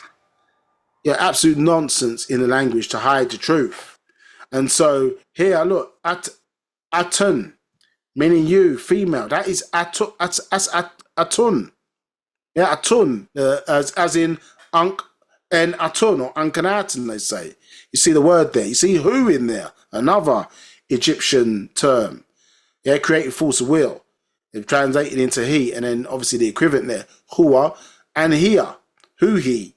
They're right there in the language. So we can see certain things grafted in, but the proper explanation is not there. Not everything in our doctrine, let's be clear about this, is going to be related to biblical kind of records. It's just to say, for comparative teaching, you're just showing how the game's been played, isn't it? How things have been messed up, how the tricks have been played by the translators deliberately, willfully, or in ignorance. You understand? Just not knowing and then not being able to explain it, but you got to hide it, isn't it? Because if you don't know the answer in their context, you should know because you're in touch with God. So, but God's not around, i.e., these extraterrestrials, to explain to them directly, yeah, what the issues are, so they can correct any problems or issues that has arisen with their interpretation of the text. I won't go through this in loads of detail, but what the Master's explaining from a book that you can see in Actual Facts 33, who was the serpent in Genesis chapter 3, is this phenomenon known as sound shifts. And it's showing basically when you move a word from one language to another, how certain letters within the word become interchangeable. Understood? Vowels and consonants. You understand? Because you're sort of matching in terms of the equivalent.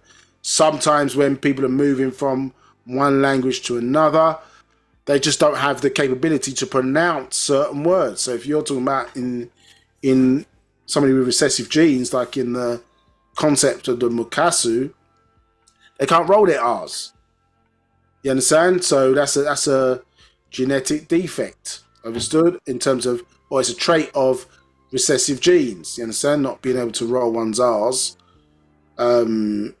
Or not having the capability to roll one's R's, whether you can't do it because you don't know how to do it, but the capability of not being able to do it, you check it out in biology, it's not a racial statement. Yeah, you can't roll your R, you've got recessive genes, you can't roll your R. So in their ability to pronounce certain words, they're going to have to change it to make it easier to pronounce. So now you're getting mispronounced now, or the meaning of it, the words changed, and over time, if nobody kind of was there to understand when the change took place, then it takes on its own meaning, isn't it? So this is where you have these types of issues or problems in that regard, or why we need to be cognizant of what words mean and the context in how they came about and how they're used is really important. In that regard. Excuse me. One moment.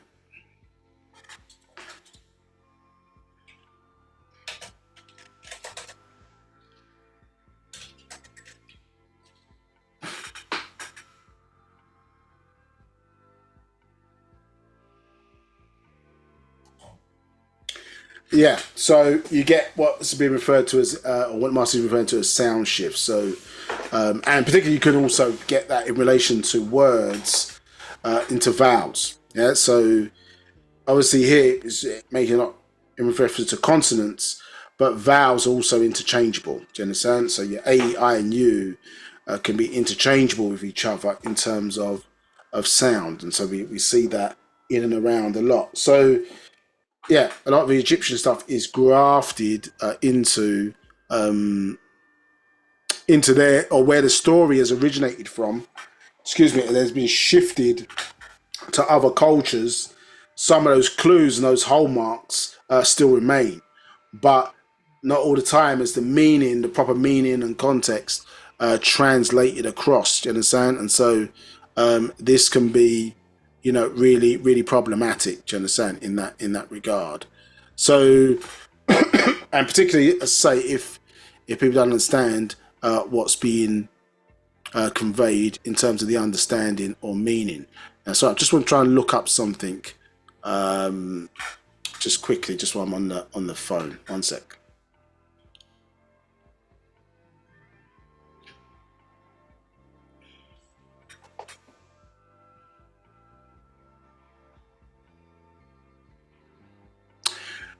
Right. Yeah.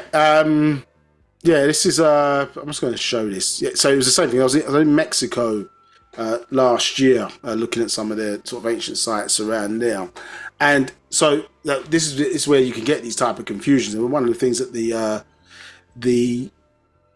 guide was explaining was that when the Europeans went over to Mexico, the Spanish in particular, understood when they came over, yeah, and they landed on the shores and met some of the tribal leaders over there.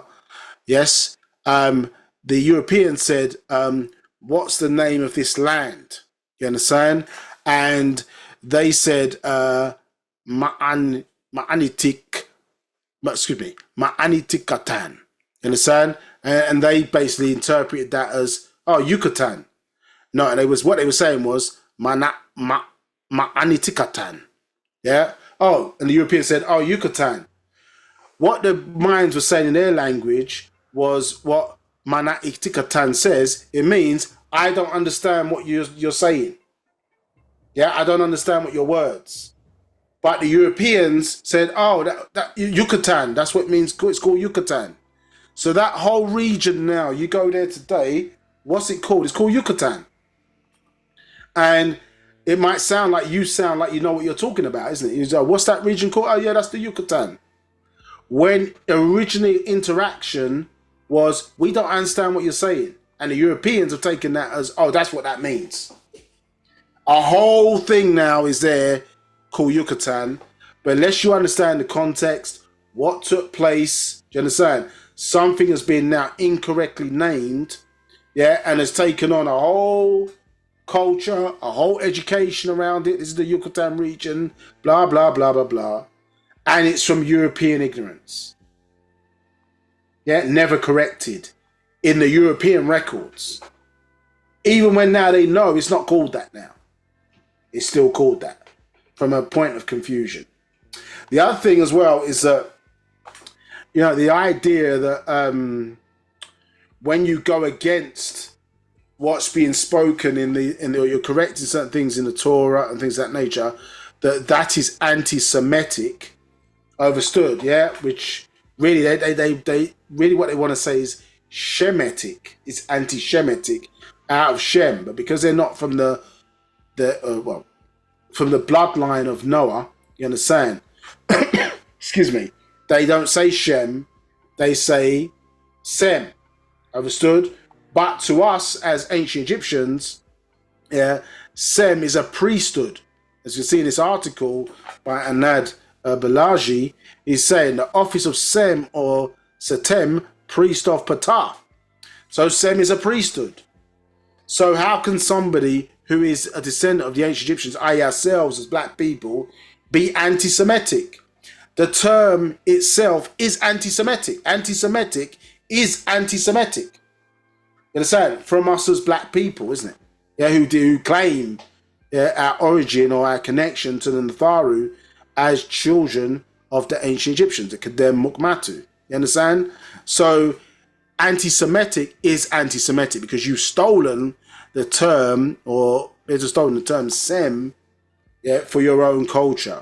You see what I'm saying? So we can't be anti-Semitic if we're Semites from the perspective of it being part of the ancient Egyptian culture, not what Semites means as it relates to biblical history. Do you understand? But what it relates to in ancient Africa, the prehistorical records that came well before their historical records. Is that understood? Yeah. I think based on that, we'll stop there. You understand? So I think we've covered now the Anunaki. You understand? So you understand, I think, who they are, or the Anuna. Yeah. And the Tanan, and then the Mugdanu. You understand? The who came out of the Tananu or Tanan.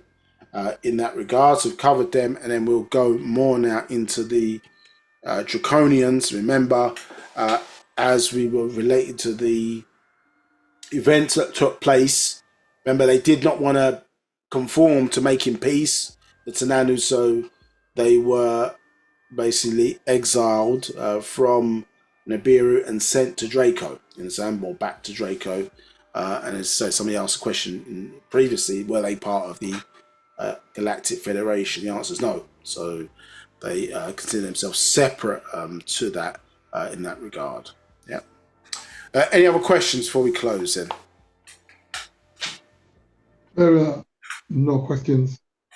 No questions. Okay, so in that regard, look that up in the Yucatan story, because that's precisely maybe the type of things that we're facing under the spell. You understand?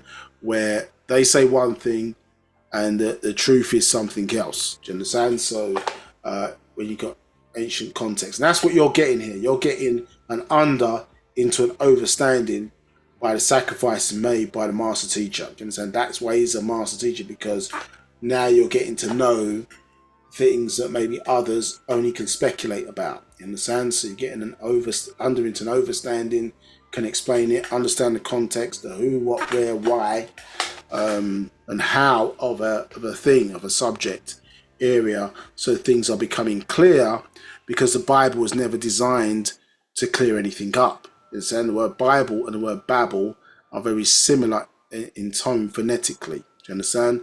So it was designed to cause confusion. That's why there's different dates in there, different calendars being used, and they've amalgamated all these different stories to simply confuse the planet.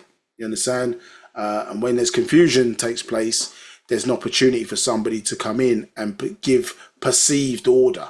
Do you understand? To enable them to control individuals. And as I say, what you're seeing here in the characteristics of certain these groups of extraterrestrials, that their behaviors and their cultural ways have mapped themselves onto, of course, certain human beings here on the planet today. So, you know, where did they learn slavery? Where did they learn these characteristics? You understand? So as you explore that more, not to that they're not accountable for their own behaviors, they are, but you can see that certain genes and what was programmed into them, you understand, is what they're referring to as divinity, but it's the nature of the extraterrestrials who utilize their genes to create this made man or kind of man, yeah, as a worker or slave that they sought to put into this planet to mine stuff for various mine gold for them for various reasons, and other ways become food in the sense of the gods, which we'll explore say in more detail in the next part. So next time, next time I'm teaching to do with part 7 of this, we'll continue to talk about the reptilians and maybe other classes and other topics that others are doing. But we'll continue our understanding of the different groups involved.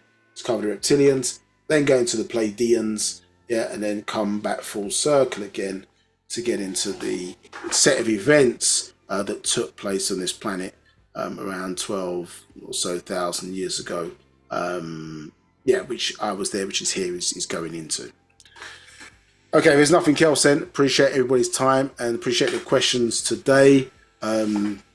Please do your work, go away, look certain things up to follow up some supplementary studies. If you do want to know more about who we are or interested in joining the organisation, so on and so forth, seek out UnitedSapiensWorldwide.com for the local All Eyes of Egypt store near you. And so you can get books and stuff that you need that we've covered today or referenced today should be available at your local bookstore or directly from the website itself. Okay, appreciate everybody's time. Yeah, we'll see you soon in another couple of weeks or so. Look out for us. This class should be up on the YouTube channel over the next week or so. So check that out if you want to do some further study from what we've talked about today. Okay, take care all. See you soon.